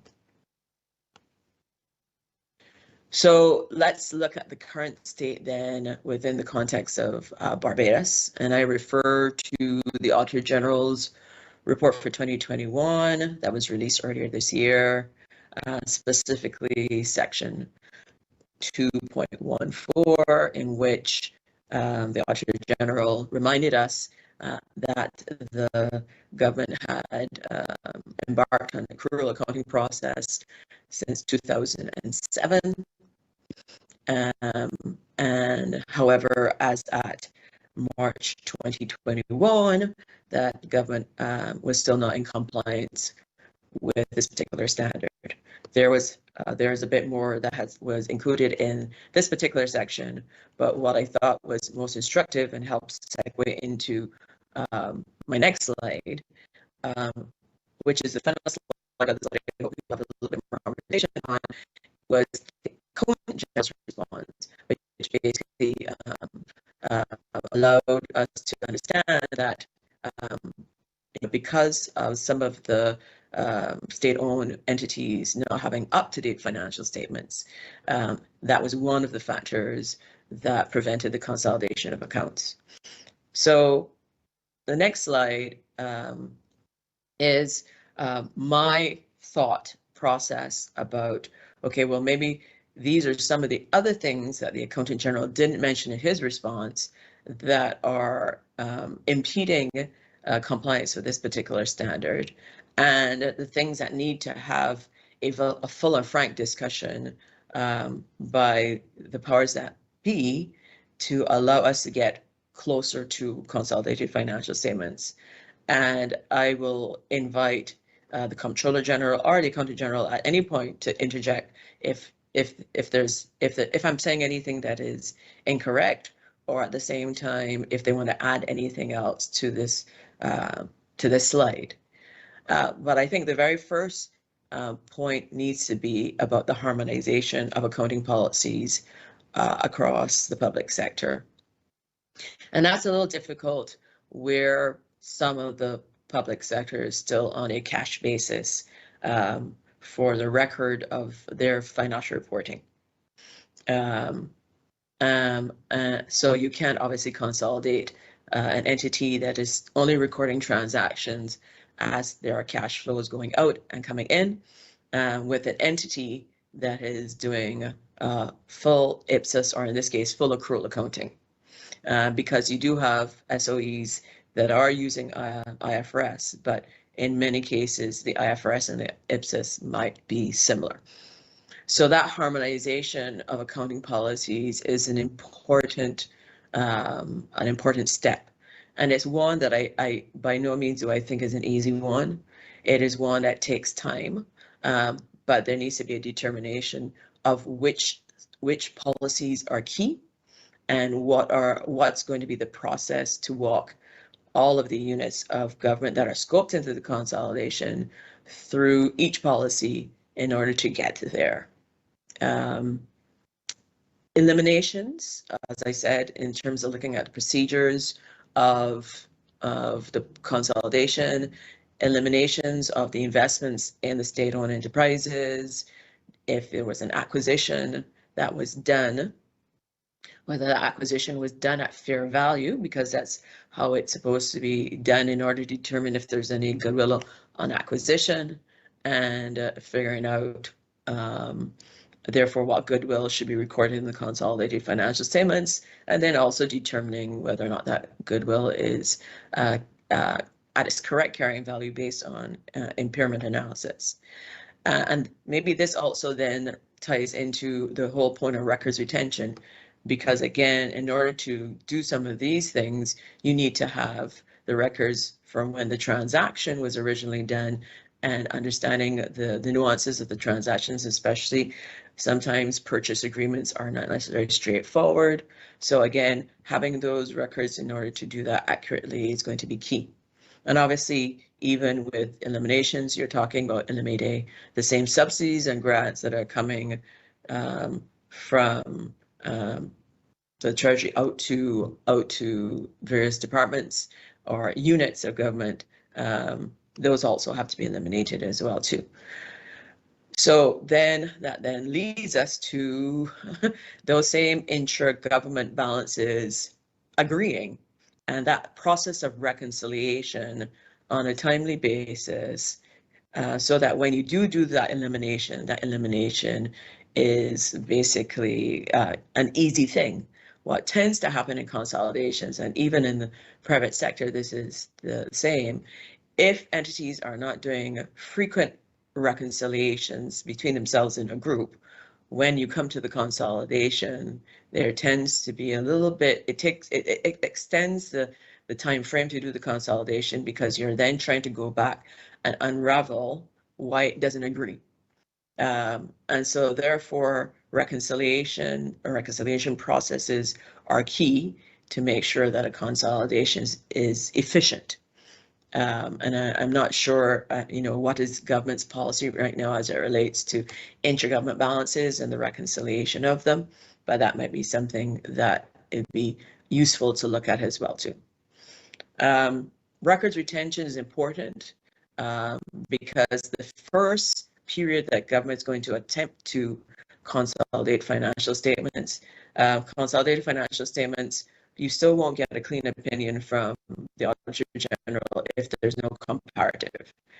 And so therefore you're thinking of comparing, yes, a current year, but you're consolidating current year, you also need to consolidate the previous year. And hence therefore records are important, and just the whole framework and process of determining how you're going to consolidate and when you're going to start consolidation becomes important. The difference is, yes, there are differences of certain standards between the IPSAS and IFRS, and IFRS there are units of government that might use IFRS. And to me, that can be determined from looking at harmonization policies, so that when SEs who use IFRS are reporting in the consolidation, they can identify the bridging that need done to make them in accordance with IPSAS, so the consolidation can be done appropriately. And then finally, what you figure this out is the process. The process software that's being used to print the financial statements that we have on Parliament's website, which are a combination of the units of government, can that facilitate the consolidation? I can tell you, I've seen some consolidations that were manual, facilitated, for example, by Excel spreadsheets that are very, very laborious. And obviously, utilization of a software that can do the eliminations, that can calculate the goodwill and give you an efficient consolidation on a regular basis, not just once a year, is definitely an investment that's worth doing. And so the question is whether or not the current software that we have can do that, or whether or not it is something that we need to invest in. So at this point, this was the end of my presentation, but I do have some time that maybe I can invite the Comptroller General first to say anything that he wanted to add, maybe on the issues relating to the consolidation in Barbados, and maybe some of the steps that need to be taken that everyone could be aware and figure out how they can help in this, because it's about all of us coming together to help to make sure that we achieve this particular standard. So I don't know if he wanted to add anything. Thanks, Lisa. I can come in briefly. First of all, in relation to your final point on the slide, I guess ultimately the vision is that all entities in the consolidation, or as many as possible, would be on Cloud Suite. So on the same platform as central government, that would facilitate the consolidation. That's still always off. We need to do a better job of implementing Cloud Suite.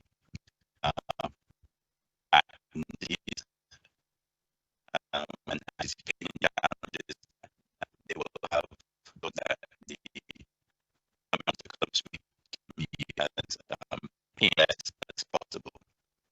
So we don't necessarily want to rush and bring everyone on Cloud Suite. Cloud Suite might not be suitable for all of the entities in consolidation.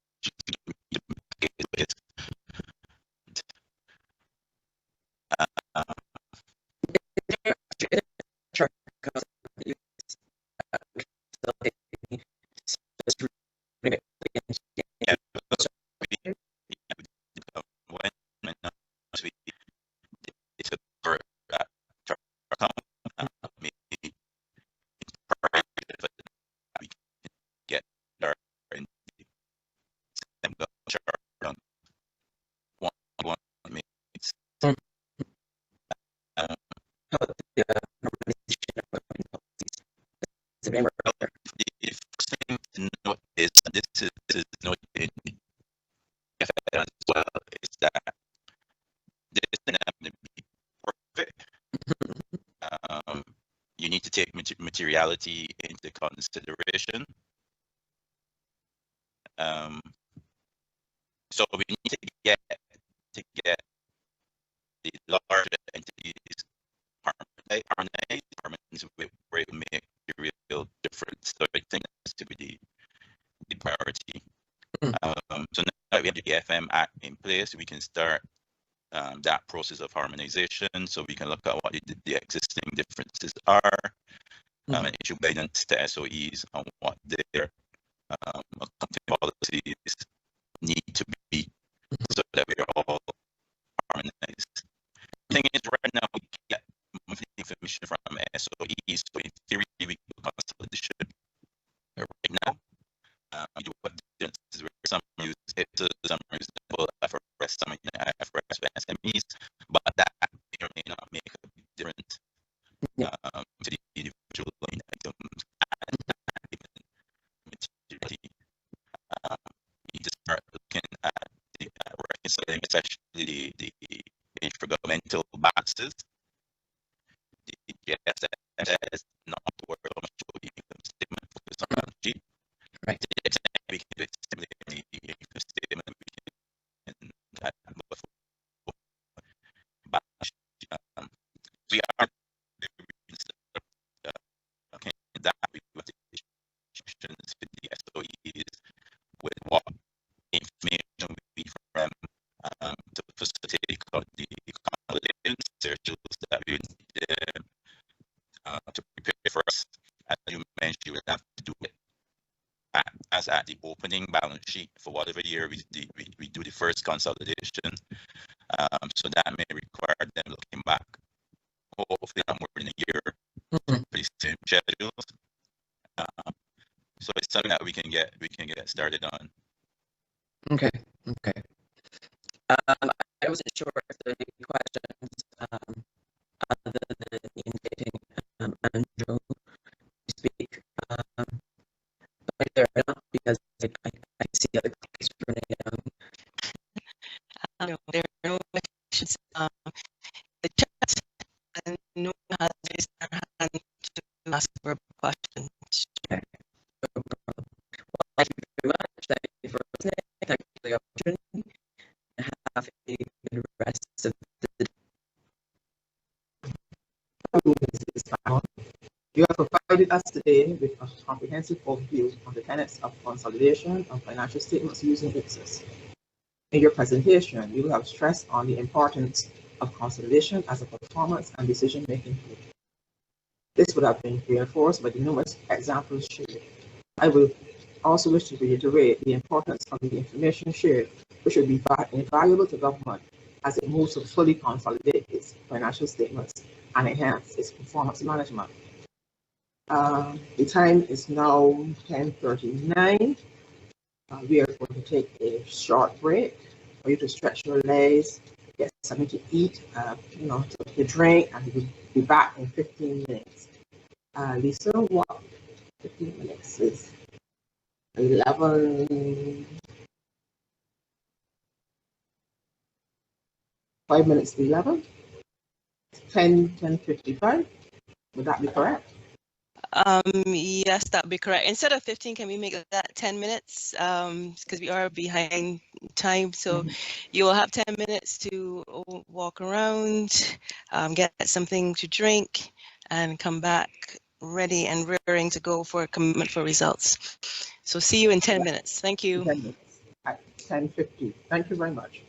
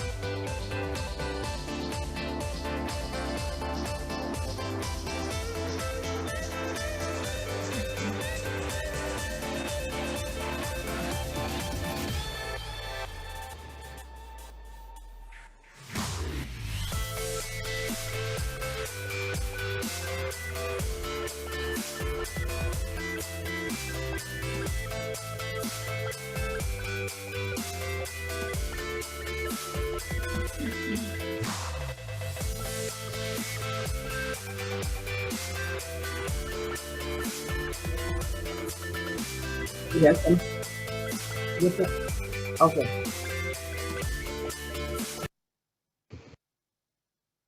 Welcome back, everyone, from the break. I hope that you all have been enjoying the conference thus far.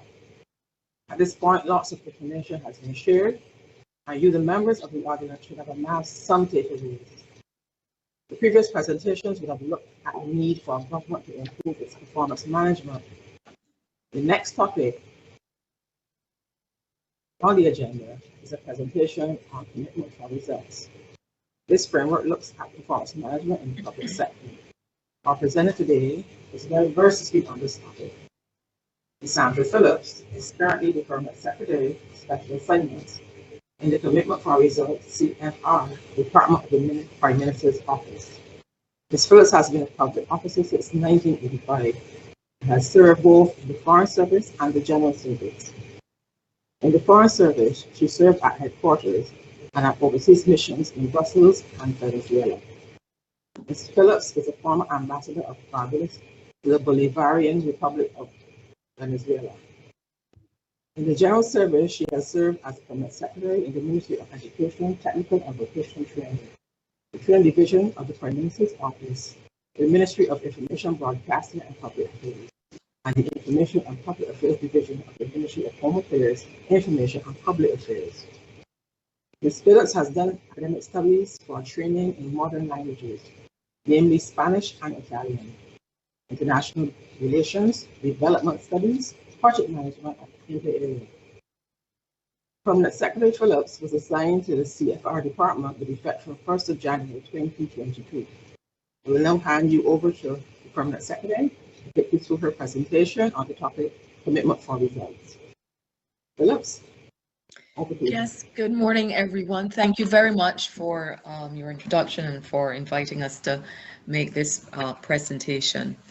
I will be using a PowerPoint presentation to support the broader remarks that I'll be making on the commitment for results. I hope everyone can see the screen, and the PowerPoint presentation will just be a summary of the wider remarks that I'm making. And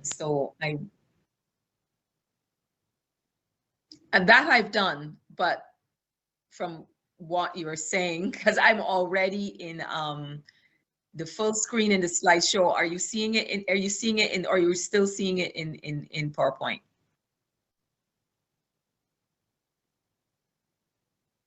I think we'll have to leave it like that. Indeed, yes, unfortunately. Because as I said, and since you're not in the full screen, since you're not seeing it, I'll just go back into the PowerPoint. So I pulled up on the screen the slide titled Significance of Public Service Delivery to Barbados. I just want to make some general remarks, put that into context. Public service delivery represents the keystone in the foundation of socioeconomic development in Barbados. Without consistent delivery on the policy emphasis on human development, on the prioritization of education and health services, without our representation of the principle of peaceful coexistence internationally, many achievements in our national development would not have been possible. In view of this, the management of government performance, the related policy and management approach or methodology used are all factors of critical importance to delivery and results. Government's policy on organizational performance management is based on a commitment to make government deliver for citizens and to improve transparency and accountability to citizens. It forms part of a wider project to transform governance in Barbados. As stated in the President's address on the occasion of the opening of Parliament on 4th February 2022, government intends to reorient the focus of its operations to be more citizen-centric in order to make people's lives better, make processes easier and more efficient, and to make policy impactful and valuable for all Barbadians. In this regard, consistent with its policy position, government has decided to implement a whole of government results-oriented performance management program called the Commitment for Results.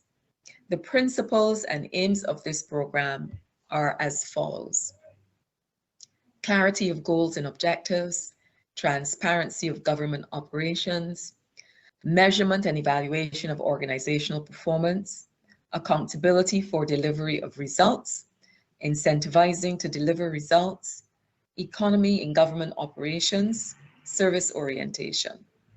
The CFR is a program developed by the Commonwealth Secretariat, and I shall further elaborate on the CFR directly in a few minutes, but wish first to put the CFR program and government organizational performance management into context by commenting briefly on what currently exists and what previously existed in respect of performance management in the public service.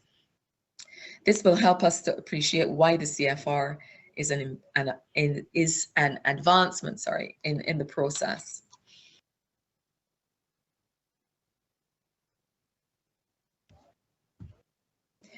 The Barbados public sector registers excellent performance in various areas.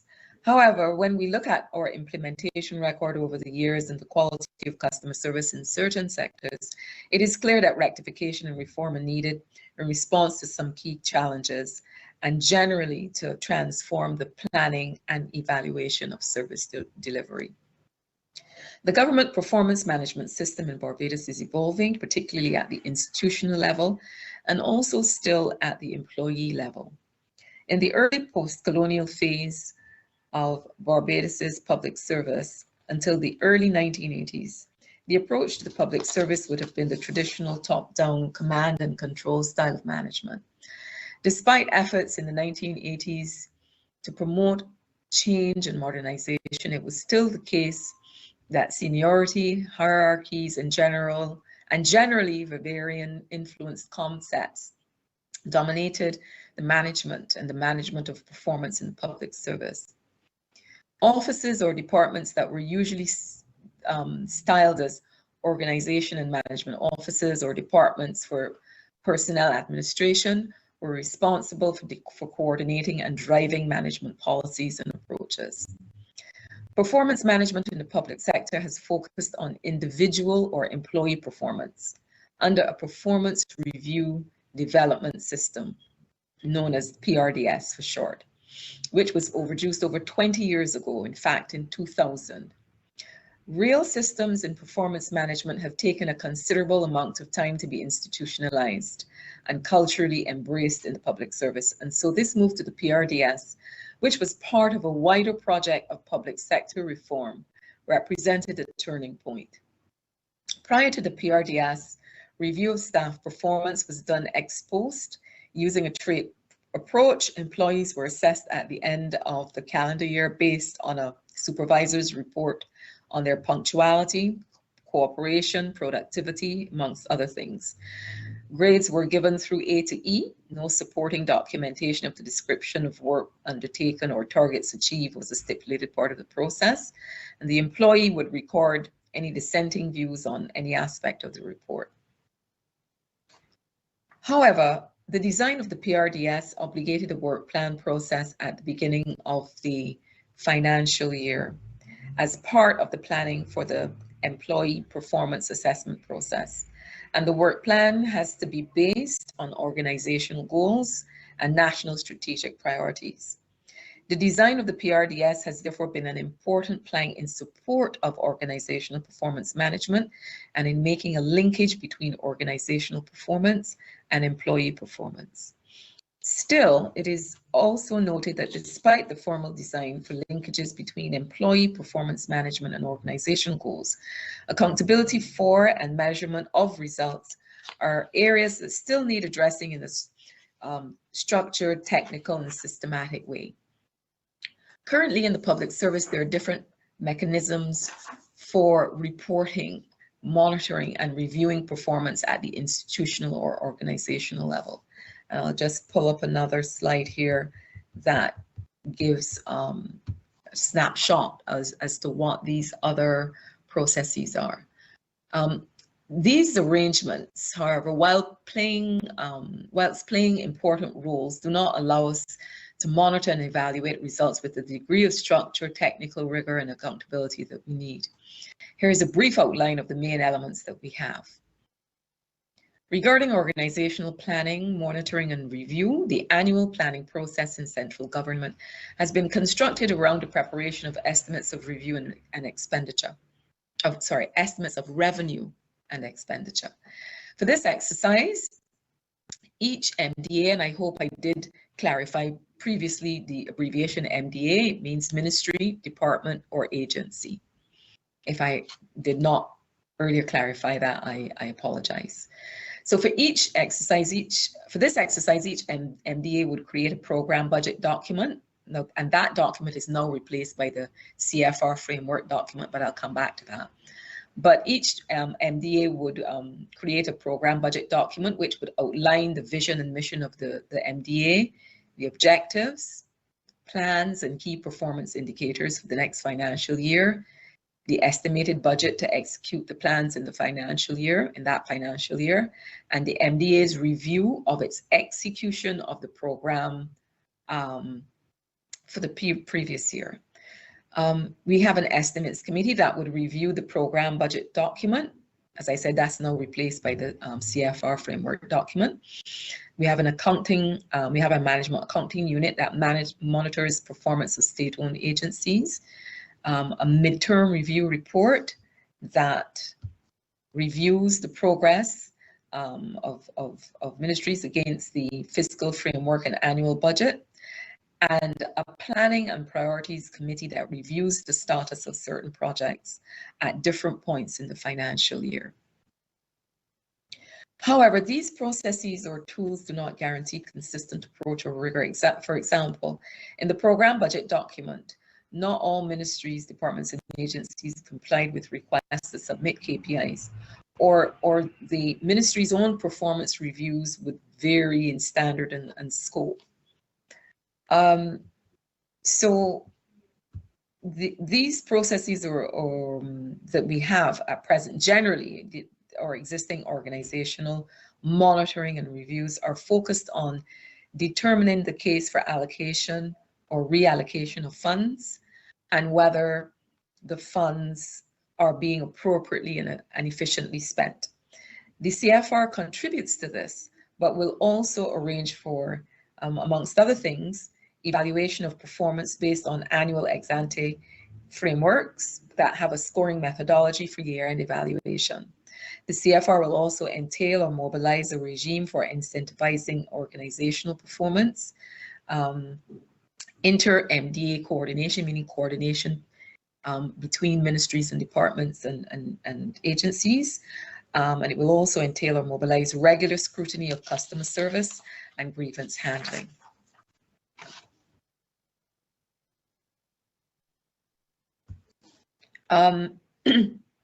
In this next slide, I've noted here some of the critical factors that government considered in its approach to government organizational performance management. We relied in large measure on research done by the Commonwealth Secretariat, and in this slide I outlined there some of the findings and observations made by the Commonwealth Secretariat on organizational performance management. It became increasingly clear that a new whole of government regime for performance management at the organizational level was required. The government of Barbados therefore seized the opportunity presented by the Commonwealth offer of training in 2019 and 2021 in government performance management and the Commitment for Results program. The CFR is a results-oriented whole of government performance management program developed by the Commonwealth and promoted to member states. Approximately 380 of our public officers from central government and the wider public sector were trained in the application of the CFR between April and May 2021, and also some training took place in 2019, as I mentioned earlier. With regard to organizational performance management, which is the focus of this presentation, the large-scale intensive training in the CFR that was undertaken in April 2021 and May 2021, as well as the government's formal decision in 2022 to adopt the CFR, are amongst or practically the most significant steps so far towards whole of government performance management in Barbados. There are several features that we value about this program, some of which I mentioned before. But apart from what I mentioned before, and I move on to slide 10, which lists there in bullet points some of the features that inform Barbados's decision to adopt the CFR program. With regard to organizational, there's several features as I mentioned. And one of these, for instance, is the digitized framework document. The CFR program presents a digitized framework document that is clearly and precisely structured. And I have some images of some pages, some sample pages of the document, which I'll show you in a bit. This document is an important element of the program since by its design, it eliminates or significantly reduces the scope for overlooking required information or providing arbitrary or unnecessary details. It is in this framework document that the details of performance planning are outlined. This annual plan must stay weighted and thereby prioritized objectives. The CFR framework acknowledges the reality that circumstances can affect performance and allows for gradations of success indicators and deviations from the target. Consequently, the CFR provides for a scale of criteria values. This improves the measurement of performance and reduces the scope for subjective evaluations, amongst other things. The contribution of other ministries to another ministry's delivery of results is also to be documented, and thus there is an understanding of who is responsible and accountable for actions. At the end of each quarter and at the end of the financial year, ministries, departments, and agencies must report results against the documented objectives, and a composite score is calculated based on the methodology agreed in the framework document. This year-end scoring and evaluation did not accompany the program budget approach, which is now replaced by the CFR and by the CFR framework document. Apart from the orientation towards results rather than process, the CFR also promotes a citizen-centric culture and public accountability, and both of which align with the government's own aims. Slides 11, 12, and 13 show samples of 3 pages of a CFR framework document. They indicate the categories of information involved in the measurement and evaluation planning required. And as this is a digitized document, what I was saying earlier about reducing the scope for arbitrary or necessary information and ensuring that ministries submit the information that is required. The design of the document is such that you are not able to complete and submit the document until all the required fields have been addressed appropriately. The page, a stylized format for what this table that you're now seeing, you're seeing here one page where the ministry in question would have to fill in the objectives, priority objectives, weight it, give a weighting, and indicate the principal actions that would be executed during the year to realize the objective, and outline success indicators and some scoring methodology for those success indicators. Let me move on to another page. This is another extract from the framework document where certain detail and success indicators, a description of the success indicator, definition and measurement and general comments are required. And another page of that framework document would show this is a sample. This sample is taken from a Commonwealth training manual where they use a hypothetical project, Better Rural Health. And you can see there this one action towards realizing the objective would be an action to improve access to primary health care. And then in the next column, success indicators are outlined, and then they're weighted, and the scores worked out that would indicate how that particular department has performed in terms of realizing or working towards that objective. The government manifesto for the general elections in Barbados, held on 19th January 2022, affirmed the government's undertaking to implement the CFR. And it was described as a mechanism which would enable the government to deliver for all Bajans and thereby achieve the wider aim of transforming governance in Barbados. And as stated earlier, as you would have seen in one of my earlier slides, the President's address on the occasion of the opening of Parliament established this commitment that government made to deliver for all as one of the 5 core values of government's program. And in this last slide, I've just summarized follow-up action taken by government so far to implement the CFR. A formal cabinet decision was taken in March. A CFR department was created in the Prime Minister's office at the beginning of the year in January to focus on agency or organizational performance management. And that department is called the Commitment for Results Department.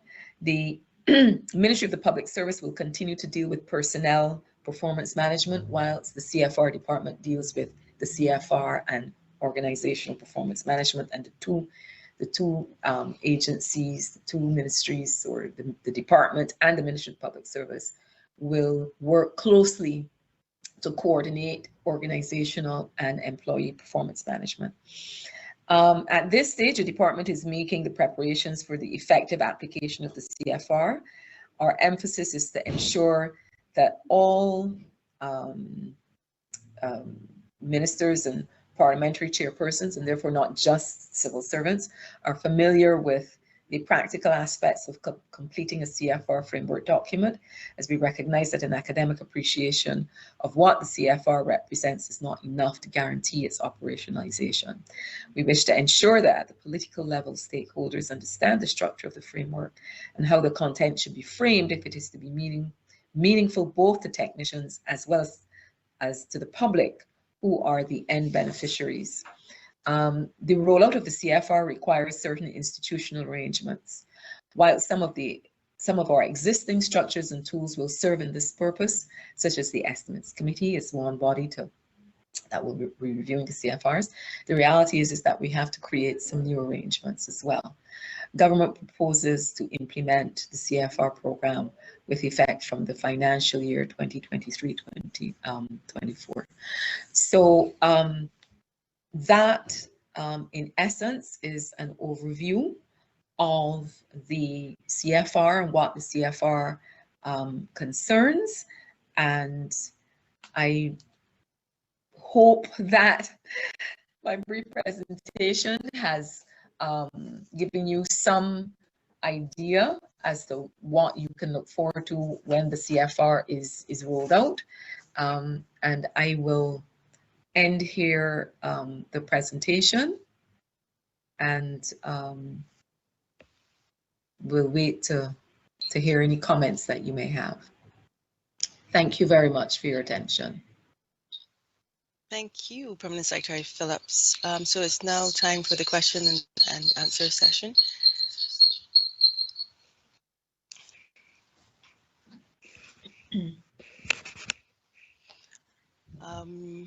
We are not seeing any questions in the chat box. Remember, if you have any questions for Permanent Secretary Phillips, you may raise your hand and we will unmute you.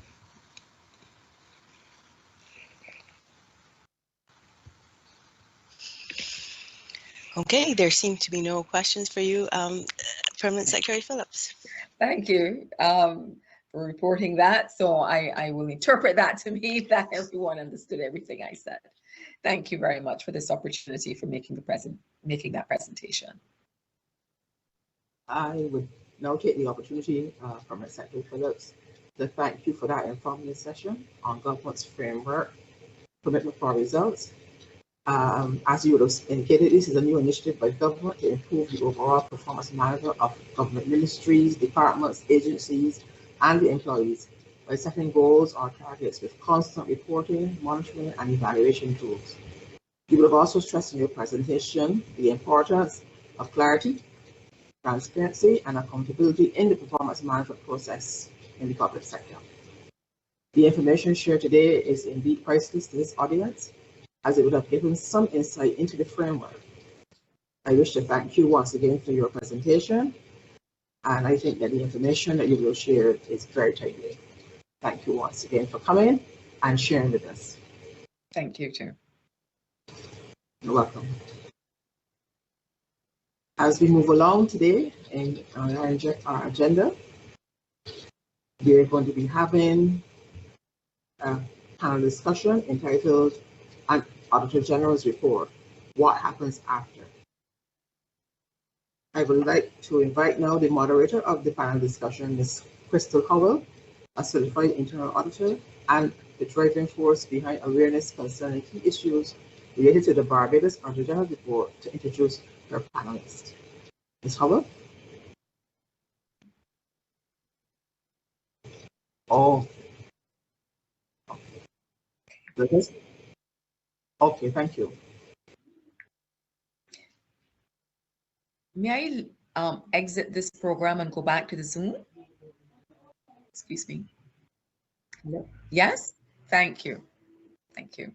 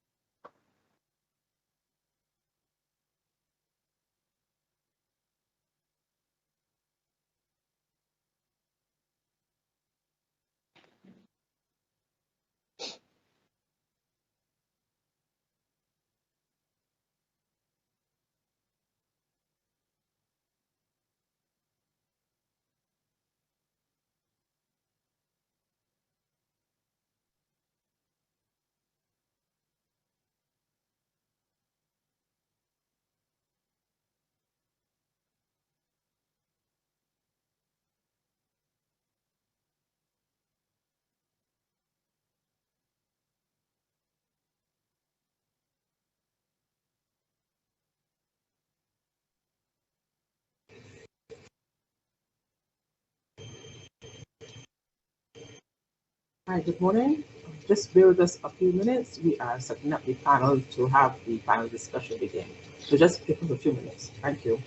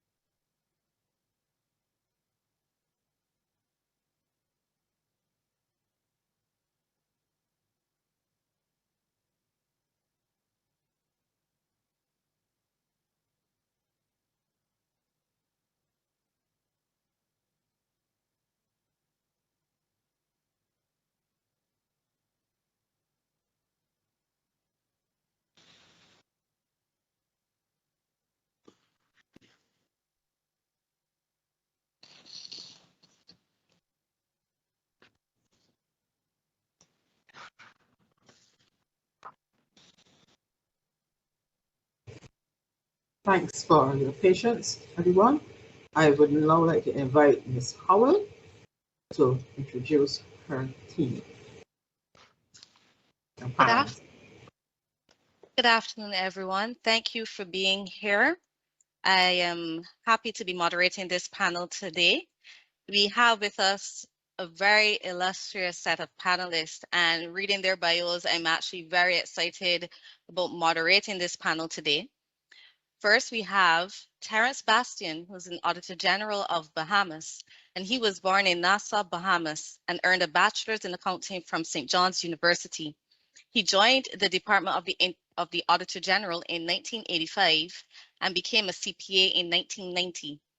Between 1995 and 1999, he worked in the Office of Inspector General in the Food and Agricultural Organization of the UN in Rome, Italy.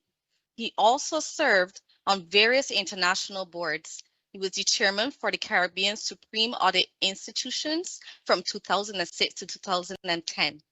He's also a member of the governing boards of the International Organization of Supreme Audit Institutions, a current member of CARICOM Secretariat Audit Committee, and a current member of the governing board of the International Organization of Supreme Audit Institutions. Mr. Bastian was appointed Auditor General of the Commonwealth of the Bahamas on August 1st, 2001. Welcome. Thank you. Most welcome. Next, we have Patrick Smith, who's the Deputy Auditor General, the Financial Audit Office of the Auditor General in Cayman Islands. Mr. Smith has over 25 years of audit experience working in the public and private sector in both an external and internal auditor capacity. He began his auditing career with KPMG in Barbados in 1996, after which he worked as the lead internal auditor for a regional manufacturing plant until he took up his post with the Office of the Auditor General Cayman Islands. Upon joining the Office of the Auditor General in Cayman in 2002, he held various roles and progressed to the position of Deputy Auditor General with the lead responsibility for the financial audit practice. Mr. Smith has also played a key role in institutional capacity building for the Caribbean Organization of Supreme Audit Institutions, and in this role, he has worked with other regional audit offices in the development of their financial audit practices. He has also shared his knowledge in public sector financial reform through various regional and international conferences and workshops. He's also an associate consultant with the INTO SAI Development Initiative, where he contributes to the development of a revised quality management framework and professional educational materials for public sector auditors. In addition to being a CPA, he's also a certified fraud examiner, holds a diploma in international public sector accounting standards, and is certified as an ISSAI facilitator from the INTO SAI Professional Standards Committee and their development initiatives. I know that was a mouthful, but we are so happy to have someone of your caliber here as well. Thank you very much, Crystal. And last but certainly not least, and please forgive me because my French is exceedingly poor, but we have Bruce Vivian, who's the principal at the International Federation of Accountants. Bruce qualified as a chartered accountant in 2006 and graduated with a Master's of Commerce from the University of Witwatersrand. I'm so sorry. He worked for 6 years at PwC in assurance before taking a 3-year hiatus to serve in his local church as a youth pastor. In 2013, he joined the Learning and Development Unit of the Auditor General South Africa as a manager for technical learning. In October 2016, he joined AfroZE, which is a member-based institution with 26 auditor generals from English-speaking African countries. Here, he led the African Professionalization Initiative in partnership with the Pan-African Federation of Accountants, the East and Southern African Association of Accountants General, and the CREFIAF, because I will not tie up my tongue anymore. Perfect. And Bruce joined IFAC in 2021 as principal and leads the IFAC PAO Development Advisory Group. As I said, these panelists, I am very excited to be having this discussion with you today. I look forward to your shared and varied expertise in this discussion and hopefully in helping us to gain some valuable insights for our own Auditor General Office in the Caribbean. So to get us started, I want to give a general background as to what you perceive to be the role of the Auditor General and by extension, the Public Accounts Committee. We could start with you, Patrick, if you would like to go first. Sure, not a problem at all. First, let me say good evening, good morning, depending on the time zone you're in. And just a little shout out to my good friend, Terrence there in the Bahamas. I already spoke to Bruce offline, but good to have you guys with me on this discussion. Yes.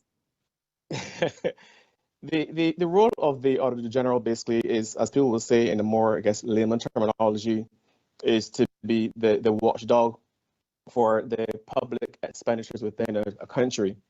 The Office of Auditor General basically also looks to try to find ways and means to actually do investigations or what we will call value for money work, which also looks at the efficiency, the economics, and the economical aspects of a country, how they're actually using the funds, how they're spending the resources, and providing updates and information or reports to the general public. The Public Accounts Committee now acts basically as an oversight body, which then takes that information from the Auditor General and seeks to then hold the government basically accountable for the reports or the items basically that come from the Auditor General. The role of the Auditor General basically is enshrined within the Constitution, and that's the case in Cayman as well as in Barbados. I imagine it's probably the same in the Bahamas. And then underneath the Constitution, there is the Public Management Finance Act, which is similar to what's in Barbados as well, which provides various outlines and guidance in terms of what basically are the functions and responsibilities of the Auditor General. And then similarly, within the Parliament, there are standing orders, which also provide guidance and responsibilities for the members of the Public Accounts Committee. Bruce or Terrence, is there anything you'd like to add to that? I almost echo the statement made. I'll just sometimes we simplify it by saying one of the roles of the Auditor General Office is also to ensure that the taxpayers are satisfied and there's transparency and accountability in how government spends its whatever they're doing as far as expenditure is concerned. So that's just filling in, agreeing with what was said, but in a little a different way of saying it. Yeah, nothing to add from my side, Crystal. I think it's well covered. Okay.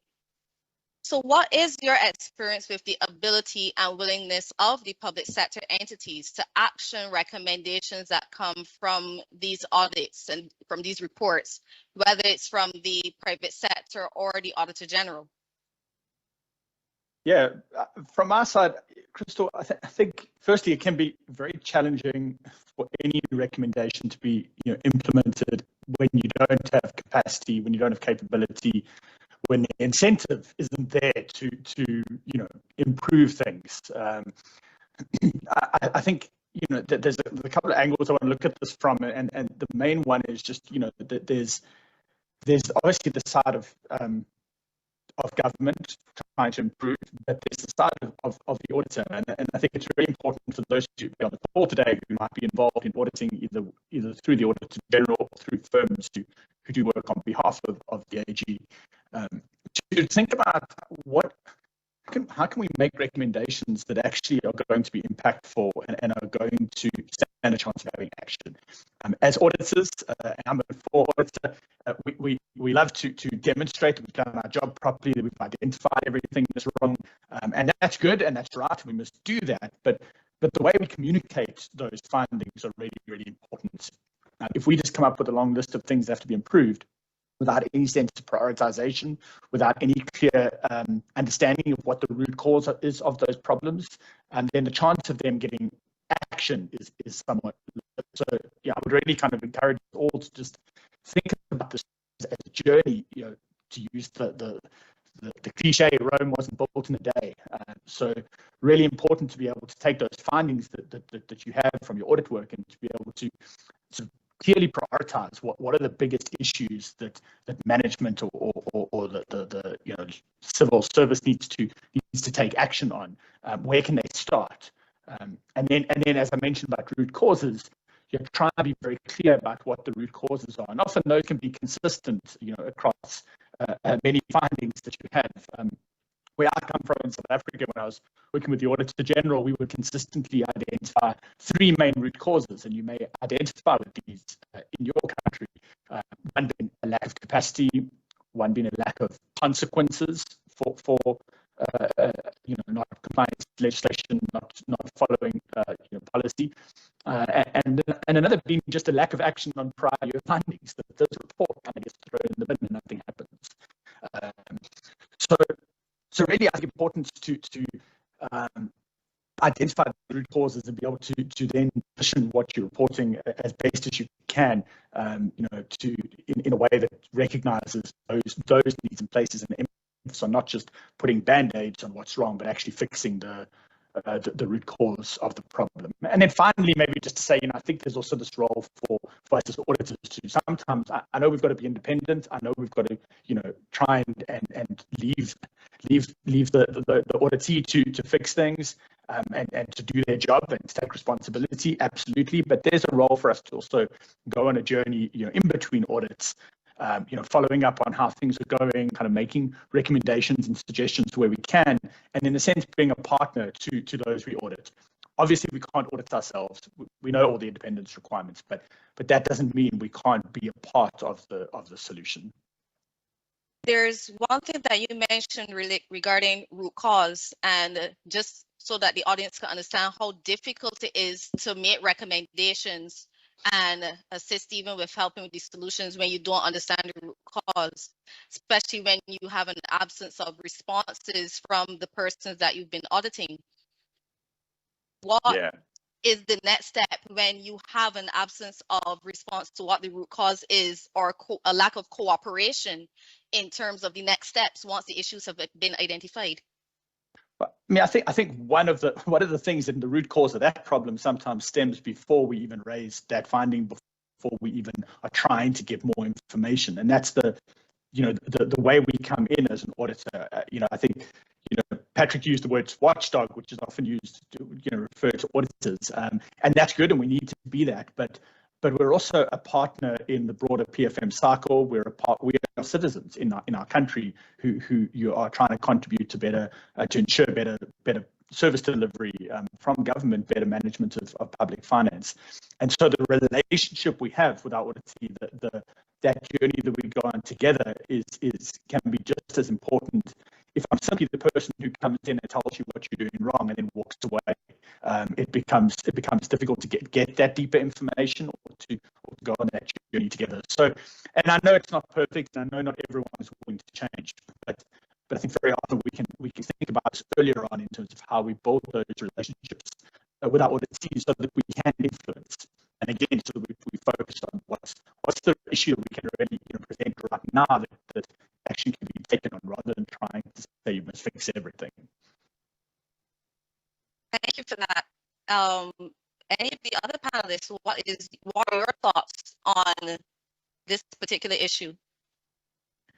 I would add to that, and I think that's a good statement that was issued. But what I'll add to it is, it's very important to get buy-in from the auditee.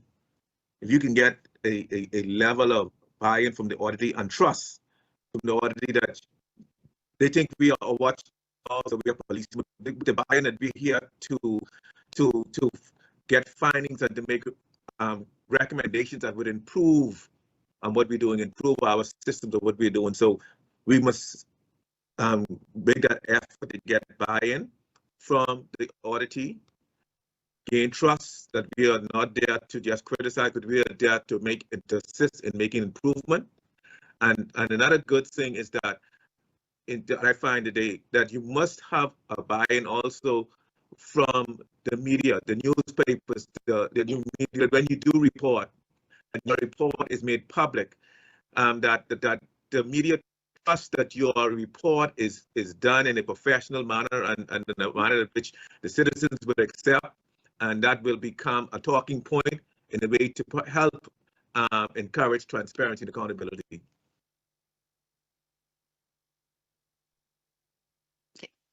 So I'm glad that you went into that, Terence, because that actually leads into the next question. And it was talking about some of the measures that help to improve the accountability. And I can say for Barbados, being able to engage with the media and have them to break down certain aspects of the report and highlight issues that have been identified in a way that the public can understand helps to generate the kind of traction that is sometimes necessary, unfortunately, when you don't get a response, because at this point you would hope that the auditor has exhausted all means and measures to resolve that internally. But then you have to have that kind of relationship with the media. Are there any other accountability measures that have worked for any of you in your areas that have generated the kind of accountability that would be required to address the issues raised? Patrick, I don't know if you want to jump in here. Sure, absolutely. I'm actually going to start with what's happening right now. I think one of the key things as well too is that you also need to have the participation from the civil society. So organizations basically like ICAB needs to be involved in the conversation. You mentioned basically about having things broken down for the public, so it's in a digestible way for them to actually consume it and understand it. And I think that's where professionals like members of ICAB can go through, take the information from Auditor General, and basically break it down for the public. And the public basically also needs to be part of the process where they're holding the government accountable.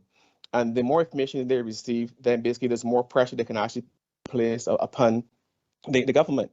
In terms of what Bruce mentioned as well, to looking at the cause effect situation, it's also important, I think, for the Auditor General's office, as well as potentially maybe the PAC, to have discussions with the members of the finance teams within the government about not just what is wrong, but actually how to fix it. What are the remedies? What's the things that actually need to be put in place? One of the things we found in looking at Cayman was that there were things that needed to be put in place, like simplifying the financial reporting framework, like ensuring that there was proper training for the civil servants who actually were charged with accountability. Because it's one thing to say to an employee that this is what they need to achieve, but then if you aren't give them the tools and give them the proper training, then you don't get the results you're actually trying to get. And then, of course, one of the things that have been useful is actually linking rewards with performance. If you actually have employees basically that are responsible and have some accountability role, then make them accountable for it and don't reward them if they're not being accountable. It's a case where people will say, oh, well, you get your salary, that's part of your responsibility, but we're talking about beyond that in terms of being promoted, in terms of getting incremental increases in salaries, etc. It's important basically that you're actually linking performance to results. Unfortunately, within the public service, there's generally a thought that it doesn't matter what you do, your job is pretty much secure. So it's also about changing that culture and that mindset, basically, that the civil service and public sector in a broader sense needs to be seen as a professional entity. And I think once those things come into play, you start to see a transition then in how things are actually produced and on the level of accountability. One of the things that you mentioned that I find has made it difficult for us, I believe, as finance professionals, has been the mix between what we know you should do as a finance professional versus the politics that's often involved. So when you speak about rewards and recognition, and I will stretch here and also add disciplinary measures for those who don't comply, these are things that we as auditors know should be implemented as part of the COSO framework, it's part of our training, but then the political mandate does not always allow for that to sometimes happen, especially when it comes to the discipline and taking measures, especially strong measures when egregious errors have been identified or acts of fraud. If you have a public servant that you have red-handed caught in stealing, yep, sometimes the solution is to shift them to another department. And this doesn't always help to resolve the issue. It just creates a problem for another department.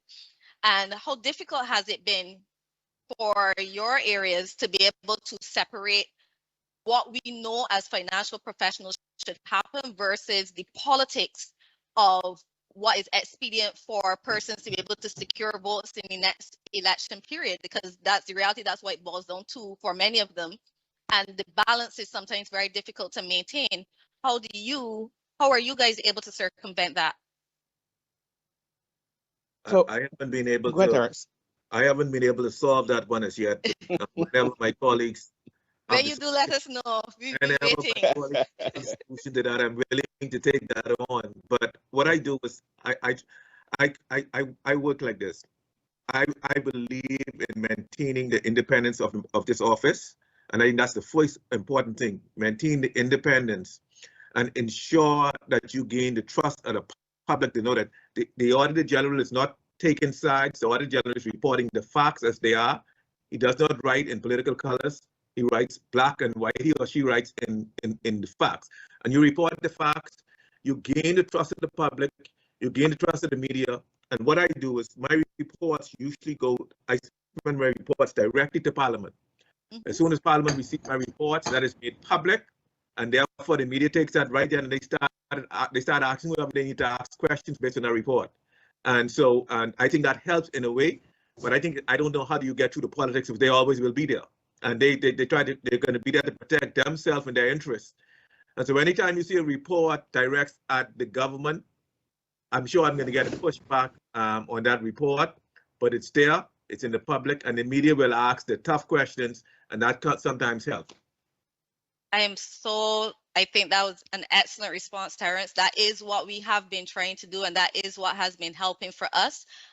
Bruce and Patrick, I'm not sure if you have anything to add to that. I think I would just add, Crystal, that the accounting profession is a great example of a profession that has a solid ethical foundation where there's consequences for let's say illegal action or unethical action, right? We're not perfect. We know we have our bad apples, but we have a system in place and we have this foundation that ensures ethical behavior and quality work. And we really can work with government to look long term how that kind of system, how that kind of ethical base can become entrenched across the service. It's not something you can do in a week. This is years, decades even of building up. But the more you get professionals going into that space, in particular professional accountants or accounting technicians where that's possible, who come in, who are held accountable for their ethical conduct, and who, even if they do something, they can't just be moved. They'll lose their kind of license to practice. When we start to recognize professional accountants in governments as being essential to certain roles, and only professional accountants can do certain roles, it creates opportunity to ensure that there is consequences, at least for the actions that they take. And the more you get professionals into the system, the more that becomes the norm. Obviously, you have your trailblazers at first who have to take the difficult risks and who will get a lot of pushback, and it can be really tough. But at some point, there's a tipping point.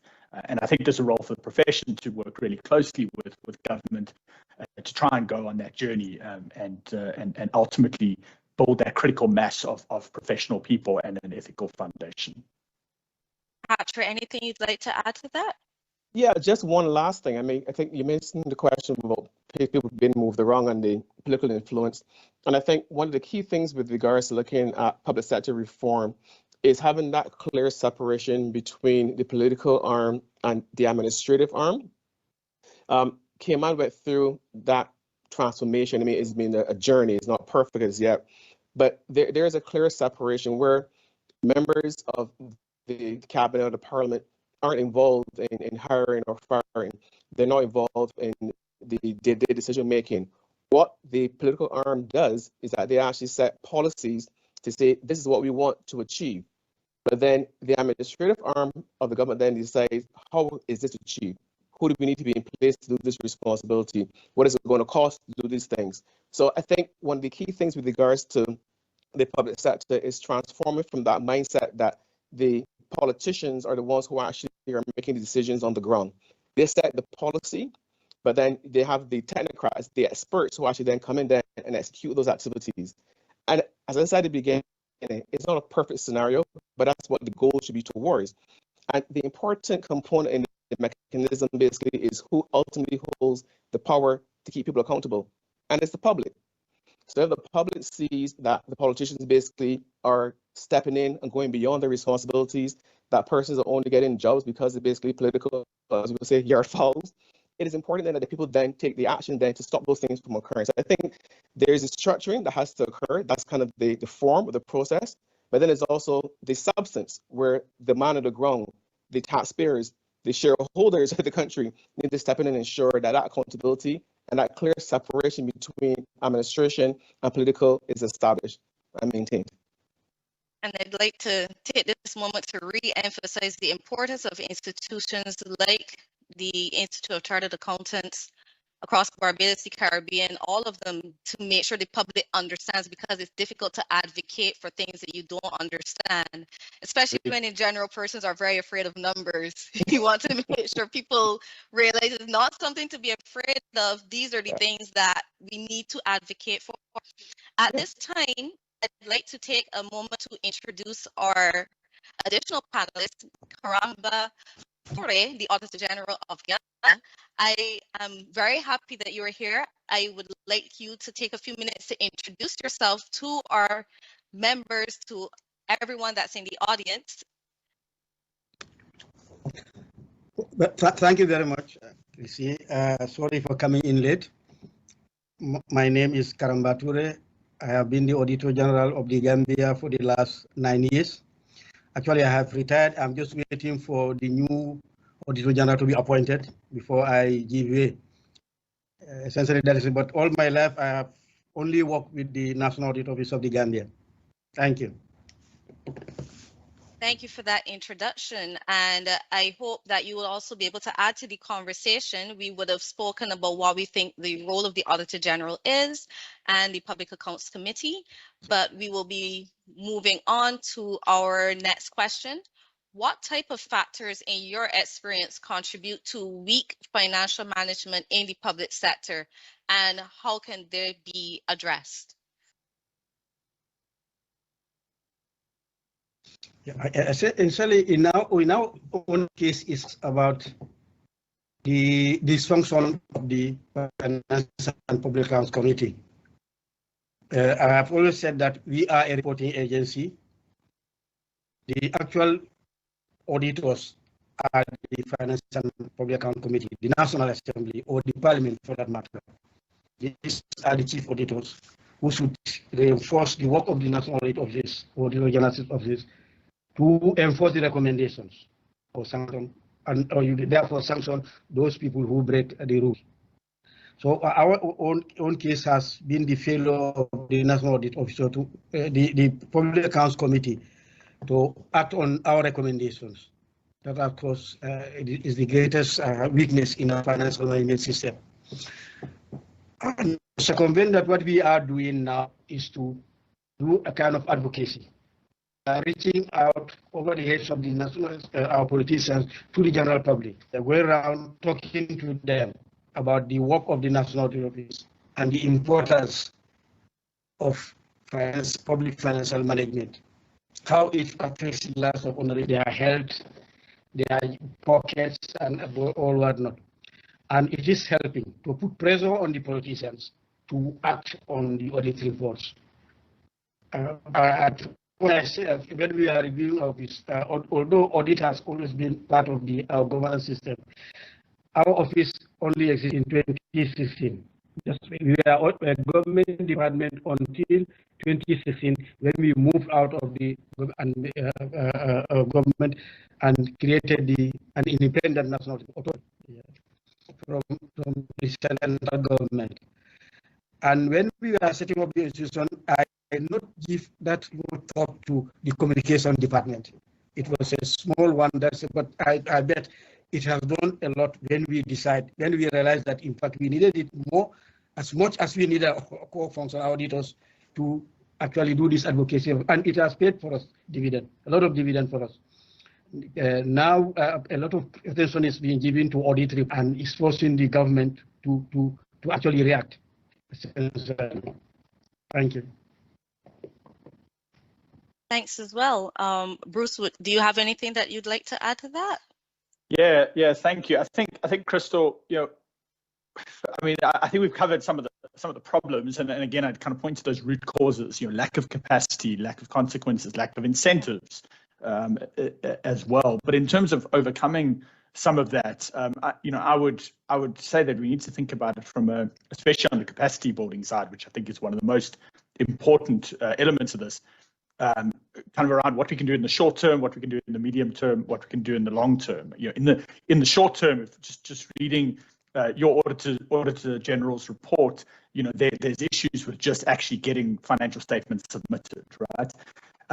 And there's maybe an opportunity there for some of the firms, especially maybe even some of your small and medium-sized practices, to get involved, to maybe have support in that process and try and deal with the backlog, support the implementation of basic controls, and get those financials out from the previous years and start just getting things into a rhythm. So what that looks like and how that works, and I know it can be tricky with government procurement and so on, but kind of coming to government and saying, we want to actually support as a profession, we want to support, and there's an opportunity to link you up with people who can help. Another way that can be done is by seconding key, experienced professional accountants into key positions within the civil service, particularly where the most need is.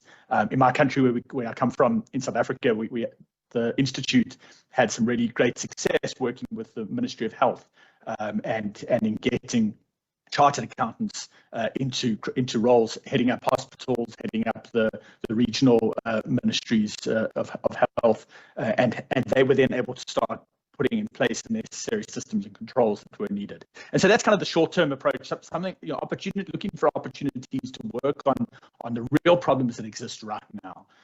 In the medium term, I think there's huge opportunity to work with government, both to upskill those who are in finance roles now, who don't necessarily come from a formal accounting training, but also to get more professional accountants into permanent roles within government. And then longer term, do young people know that if you are an accountant, if you're interested in accounting, that you can actually practice that in a public sector context? And how, as a profession, can you work to demonstrate that to young people who are coming through the system and who are considering career paths? We know that the new generation wants to do jobs that have meaning and purpose. And so for many of them, they may not necessarily want to do the traditional route of going to a firm and working for a partner and so on. They may be looking to do something where they can see a tangible difference that they make in their society, and working in government is a great way to do that. But that means we need to be thinking about our curriculums and how we are developing professional accountants to be effective in a public sector role, both understanding the legislative context, but also being able to be politically savvy and know how to operate in that type of environment. So really, I think there's a combination of things that need to be done to ensure that in the long term, we can build capacity of the people who can effectively manage public funds and report on those.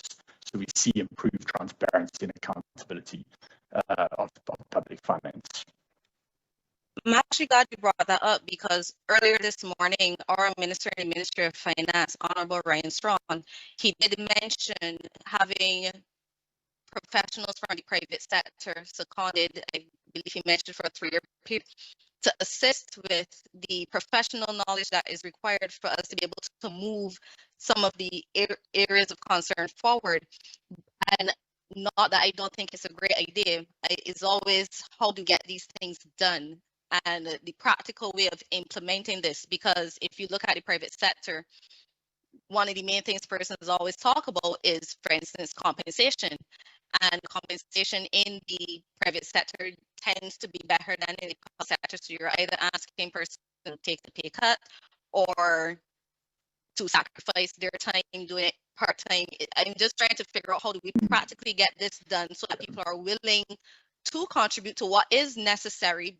Because the reality is, even listening to my former boss, Lisa Padmore, speak, her brilliance and expertise is unparalleled and would be pivotal in the public sector. But I don't know if they have the funds to pay Lisa Padmore, if you're being realistic. So how did that work for you and for any of the other panelists? The other areas you mentioned first, but I want to focus on this one at this point. Yeah, I mean, I think that it can always be difficult to overcome the salary issue, at least in the short term. I would, encourage, ICAB and other professional bodies in the Caribbean to really do advocacy work with government to help them understand the importance of paying professional accountants an appropriate salary. It's not going to be as good as you might get in the private sector, but at least to improve it. We don't, a doctor who works in government gets paid, an appropriate salary. An engineer would be, but for some reason, the accountant's not always, right? So there's that element. But then there's also this, again, in the short term, as the profession, as small firms, as even large firms, you want a good operating environment. You want a growing economy. You want effective service delivery happening in the country. You want upliftment of people, more people coming out of poverty and into the middle class, because that's ultimately good for business, right? And so there is a role, I think, for the profession to be thinking about how can we actually invest. I don't want to say it's all pro bono, but at least to find ways to offer support and to plug those gaps to ensure that we can get the right people in.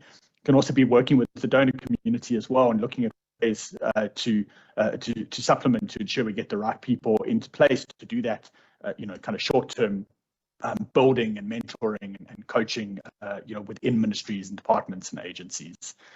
So there will be a few thoughts, but I'll leave it for my colleagues on the panel to add what they think. Yeah, I see Patrick nodding his head. No, I was just nodding. I totally agree with Bruce, and it's intriguing to hear what you mentioned that the Minister of Finance is considering. There are two ways you look at it. You can look at a secondment relationship where you mentioned persons coming in for a period of time, or you can look at it basically where there is a consultation agreement basically with the firms, or even with an institution like ICAB. And I think for firms, like you said, I agree, yes, there is going to be definitely a difference in the salary payment, but there's also some element of goodwill that a firm can also generate from this process.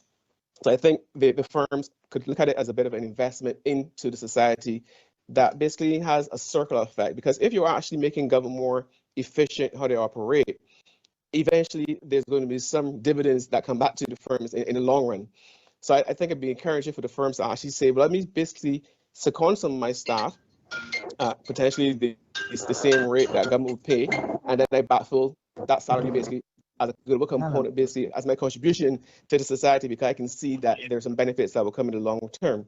In terms of some of the other things, because we're looking at the human resource component, but I think it's also important that we look at other tools that need to be in place to ensure that we get the proper accountability framework in place. So having proper standards being implemented by the government is really important. I believe Barbados is utilizing the IPSAS, and I think it's important that staff understands how it's actually applied, how to actually implement, utilize it. But then also they have a proper modernized system for accounting. I have the experience of actually coming to Barbados and actually seeing stuff still in big ledgers, handwritten ledgers. Yeah, that's my response as well too. Paying land tax and having to go through old files with treasury tags. So I think it's important basically that we also modernize the process for accounting, because if staff are spending hours going through thousands of pages of financial transactions or writing them in red ink and so forth, it just seems as though we're not basically utilizing staff in the most efficient and effective way. So I think it's very important that basically as we go through this transformation process, get better accountability, that the proper tools, not just the human resources, but proper tools are also in place. I do remember the first time that I heard that, I felt like, wow, like we have such a long way to go when persons are still using, as you said, paper-based systems. And I do know that there are a number of persons where, from audits that I've done, where people were transitioning from one system to another, there was always great resistance. And usually in the private sector, you have more leverage over your employees in terms of getting them to transition from one system to another. So I could imagine the enormous effort it would take to have persons with the mindset of paper-based to going to a computer. and the resistance that will be there. So I definitely know it's not an easy task. Terrence, what has been your experience with regards to this issue? What I add to it, and I think it's almost the same thing as happening with my colleagues. The auditors and accountants in the private sector will not come to my office and work for what we're going to pay them, right? So what we have done from time to time, what I have done and I continue to do is, I sometimes outsource a particular engagement to the private sector. I outsource a particular engagement, but I take control of that. I manage that, so they're like my staff. They have to report to me. They have to meet with me every other week. We go through the program to make sure they're doing it the way we want it to be done, and I do that sometimes. I also had suggested to my colleagues in the BICA to let me have a couple of your staff and you pay them. They're still working, but they're working for me. They haven't done that yet. But I mean, we can share the pay. I pay half, but you pay half. They don't lose anything. So we both gain. Yeah. They said we can discuss it, but we haven't come to a conclusion on that yet. But that was also an item I put to them to consider. But like I said, what I do now, I outsource, and I think they're looking for job more than me. So I get an opportunity to outsource a number of audits to them, and so they're happy about that. And like I said, it's as if I am the boss in those audits, and so they report to me. So we try that at time to time, and that works really well. We have benefit well from that, and the countries benefit well from that, because obviously I don't have enough staff to do what I need to do anyhow. So that works out well, and that adds quality and some professionalism to what we do. So that's what we have done from time to time. So far, so good. I am happy to hear that. I hope that persons are listening and that your suggestions take fruit. I hope I didn't hit anybody. Sorry. Karamba, I don't know what has been your experience with regards to these particular issues. Yes, I think for us, we consider ourselves lucky. Like when we are going independent, one of the things that we considered really was this salary thing. Money is never enough. And during that time, we were even considering bringing in professionals and put them on a super scale. That is different to the scale that we were on in the government for a period of time to help us so that to help us get on our feet. But fortunately, through our engagement with the Minister of Finance and the government, they agreed us to go on a different scale. So our salary scale was different to that of the central government, and it was almost at par with the private sector. So that helps us to attract professionals from the private sector. So we suffer that problem much, but otherwise we are thinking about putting a super scale on top of one to attract this professional from outside, because usually people are reluctant to just come on for government at a lower salary when they can get more money from outside. But like I said, we are lucky to have the support of the executive. The executive supported us in this aspect very well. I have 3 more questions that I'm hoping I can squeeze in any time, so please bear with me. Okay. But one of them is related to when you have, as was mentioned, bringing new students from the university. For example, the Accounting Students Association at the University of West Indies recently had their accounting week, and ICAB would have participated in that. I know that the assistant executive director for ICAB, she definitely played a huge role in collaborating with the students, and the enthusiasm is there. I am not sure how much the government of Barbados would have participated in that week, but has there been, and Terrence, I'm going to pose this question to you, has there been any kind of recruitment efforts with students to be able to show them the benefits of being able to transition into a career in the public sector with their accounting experience? And if there has been, what has their experience been like based on what they would have learned in school versus then coming into a public sector office? Good question, excellent question. As a matter of fact, I think that's one of the better ways for us to recruit staff, because like we just said, it's much difficult to get the person who's already qualified and already making that money to come back to come down. So it's easier for us to encourage the graduates just coming out of college to come spend 1 year or two with us. And then when they qualify, we know what they're going to do. They're going to go where the money is, but at least we have a 2-year gap where we can use them. So every year we have college students who come to a meeting to my office, and we try to encourage them that when they graduate, to come and give us an opportunity. I won't tell you the numbers who do come, but we have that program where we meet with them every year. The senior professor, the accountant, she send them to a meeting, and it's where they have to come and get to understand the office and ask questions. And that's a project they have, so they have to come because they have to go back and have an exam on what did they understand about the office of the Auditor General and the rules and the role of the Auditor General. So they come, I meet with them, I encourage them to come to us. What we do sometimes, we also bring them on as during the last year, we let them come here for like half a day, work in the office for half a day in their last semester who wants to do that. And we give them a stipend. And then at the end of that, when they graduate, if they want to come to us and go to the private sector, they can come here. So that's what we do. Nice. I'm hoping that heirs are listening and that this suggestion is, if it's not already implemented, that it's definitely something that's investigated. But I have 2 last questions. One is related to, as was again mentioned by Honorable Ryan Strawn, the Internal Audit Office that they would like to implement as part of the new Public Finance Act. And we do have internal auditors in government in very few government entities. However, they want to have an overarching office similar to the Auditor General.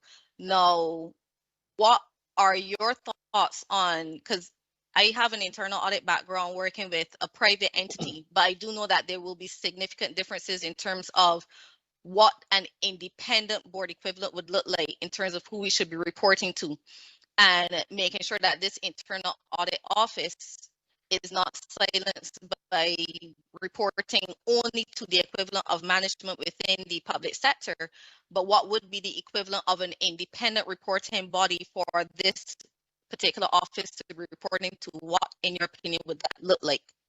Patrick, I don't know if you want to go first. Sure, no problem at all. I think it's a really good initiative they're looking at. Within the Cayman Islands, we have an audit and risk committee.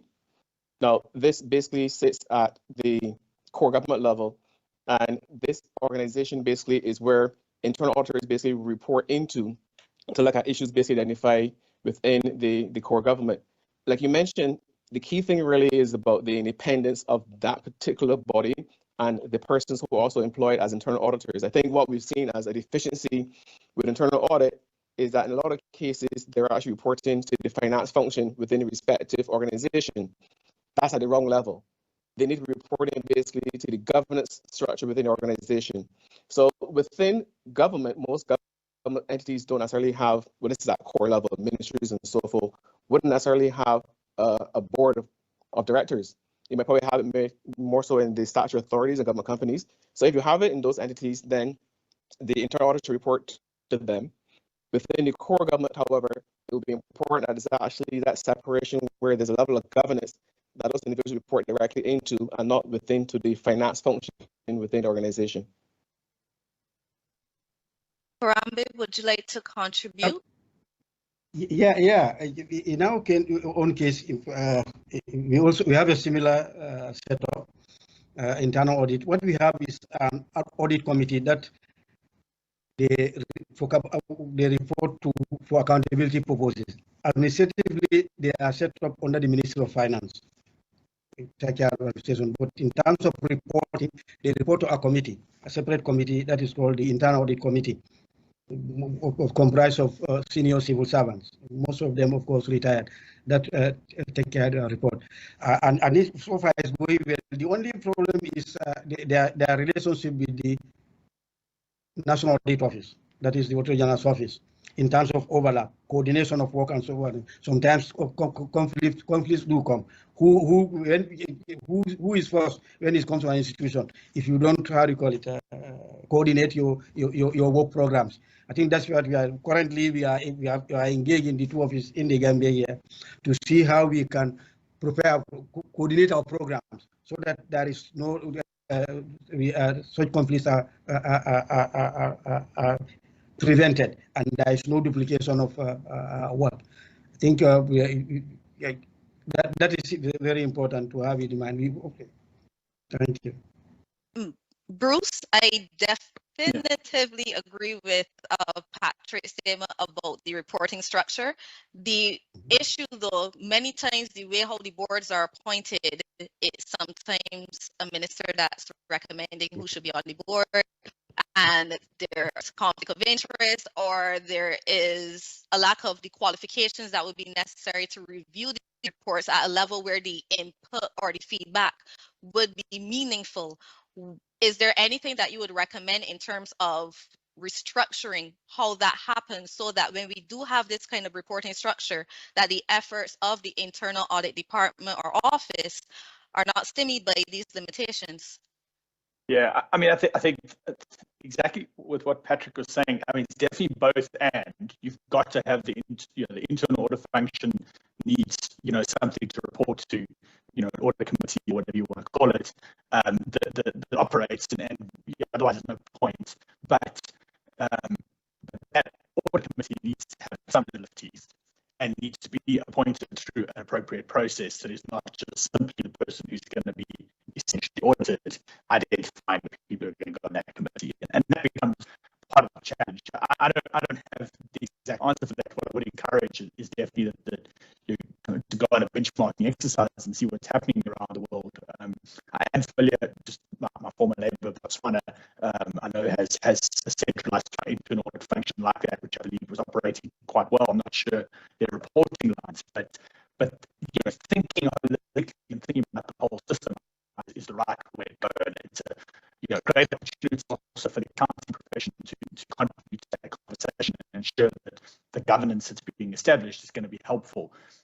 If this is done right, it's a great way to overcome this issue that we often speak about, where your public accounts committee is made up only of elected officials, and obviously they're looking at all the ministries, departments, and agencies, but the audit committee can be established at that individual ministry or department level. So there's an opportunity then to bring in people who aren't necessarily elected officials, but who come from other parts of society, from the profession, from wherever, who can participate in that process, provided the way they get appointed is transparent and appropriate, so that you get the right people in place.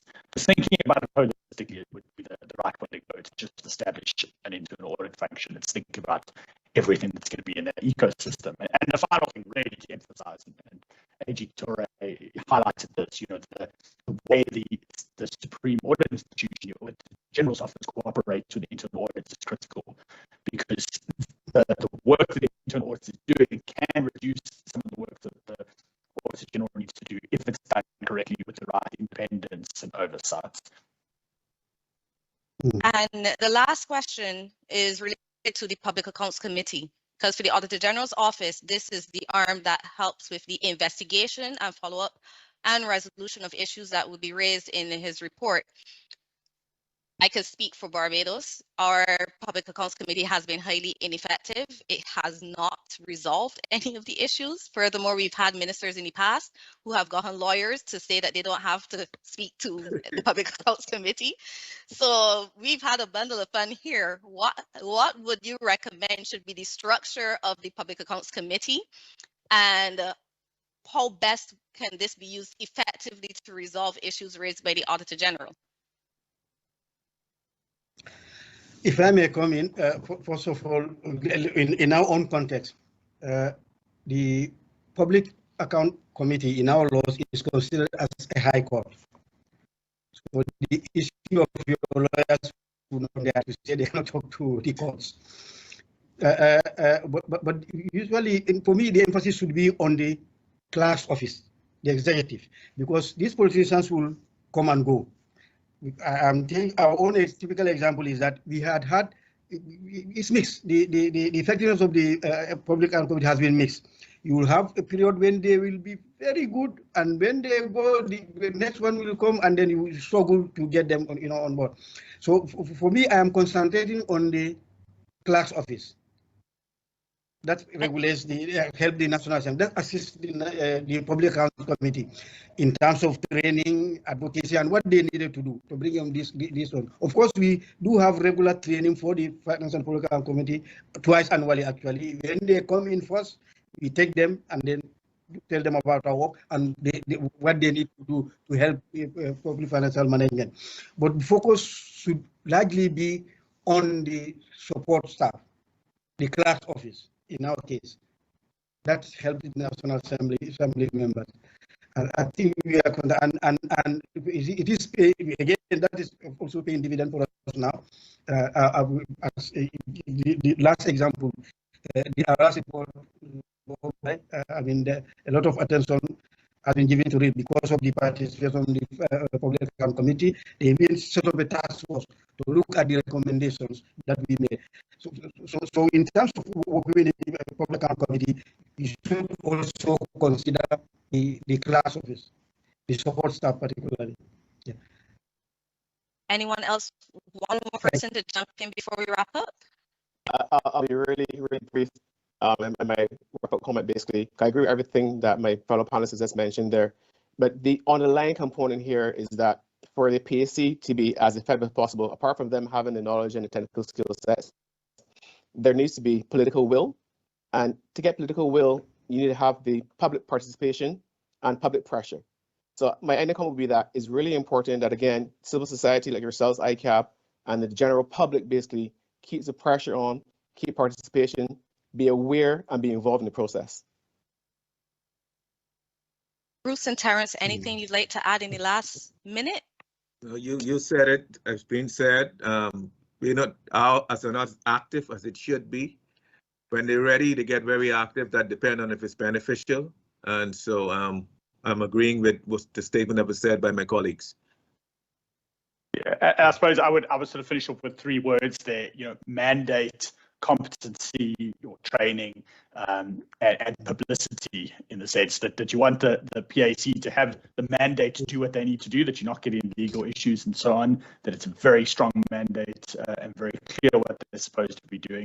The competency, which comes to what AG Torre was saying, possibly you need also that support staff and focus on that, because you know the officials who are there will change, but bringing that kind of competency and training from the profession, from the Supreme Audit Institution, and finally publicity, that those decisions and what comes up there is publicized, is made known, so that when they're asking those difficult questions, that hits the front page of the newspaper, so the public can use it for their decision making.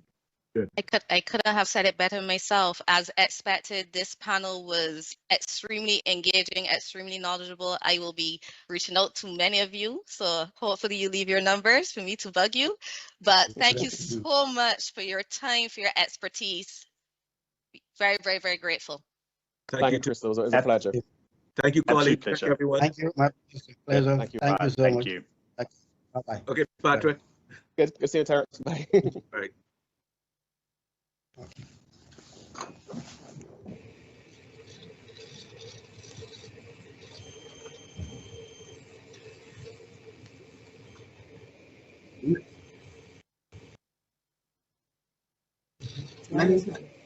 Thanks to you, Crystal, as moderator, and your distinguished panelists, Mr. Terence Bastian, Mr. Patrick Smith, Mr. Karamba Torre, and Mr. Bruce Vivian for your participation in this discussion.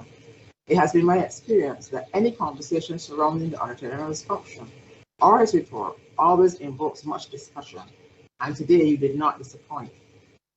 I was interested to hear as well the varied experiences of the panelists, and I believe that they have left with us a better understanding of how our colleagues across the region and internationally manage their challenges, as it provided us with a better understanding of how we can improve our overall performance management in the public sector.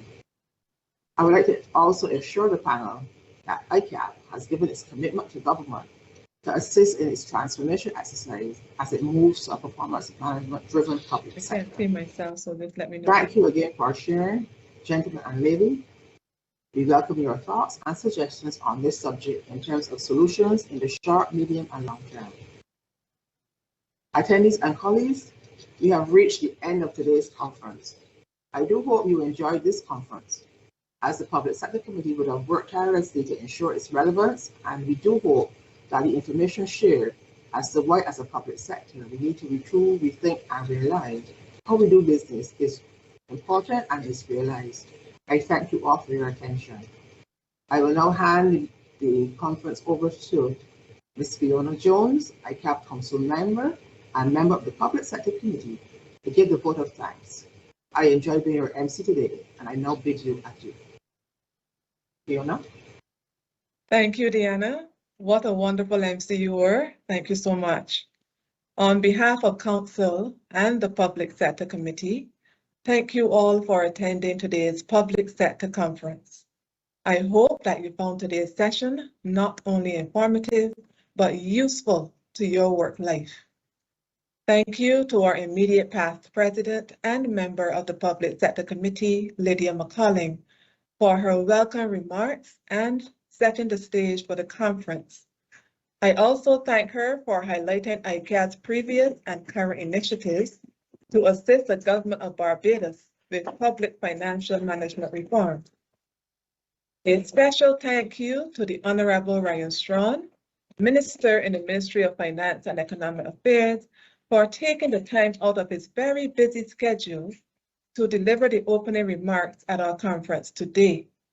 We look forward to the remaining reforms across the public sector and the resources to complete those that are ongoing as ICAB continues to offer its services to the government of Barbados. Thank you to the Comptroller General Andrew Brathwaite and the Acting Chief Procurement Officer Cheryl Morris-Keat for their comprehensive review of the Public Procurement Act 2021 and highlighting the main features of the Act and its application. Further, I wish to express gratitude to my fellow member of the Public Sector Committee, Lisa Padmore, for taking up the challenge of simplifying consolidation under IPSAS. Well done, Lisa. I also extend my thanks to Permanent Secretary Sandra Phillips for her thorough presentation on the commitment for results. I'm sure most of us are now more familiar with the development of the CFR for our departments. And Auditor General's report, What Happens After? Such a wonderful session and certainly food for thought. Thank you so much to our distinguished panelists, Patrick Smith, Deputy Auditor General, Cayman Islands, Terence Bastian, Auditor General, Bahamas, Karamba Touré, Accountant General, Gambia, and of course, Bruce Vivian, Principal at the International Federation of Accountants. And we mustn't forget our moderator, Crystal Howell. Well done, Crystal, for spearheading this session. A heartfelt thank you to our support team, who are the Secretariat and the Public Sector Committee, for hosting and managing another successful conference. A wealth of information has indeed been shared today, and I trust that you are now armed to retool, rethink, and realign your work policies and processes, as you are now well informed to lead and assist public financial management reforms. Please do not forget to complete the survey, as it will assist ICAB with our planning for the next conference to be presented by the Public Sector Committee. Thank you all for your attendance and participation, and do enjoy the remainder of your day. Good day, everyone.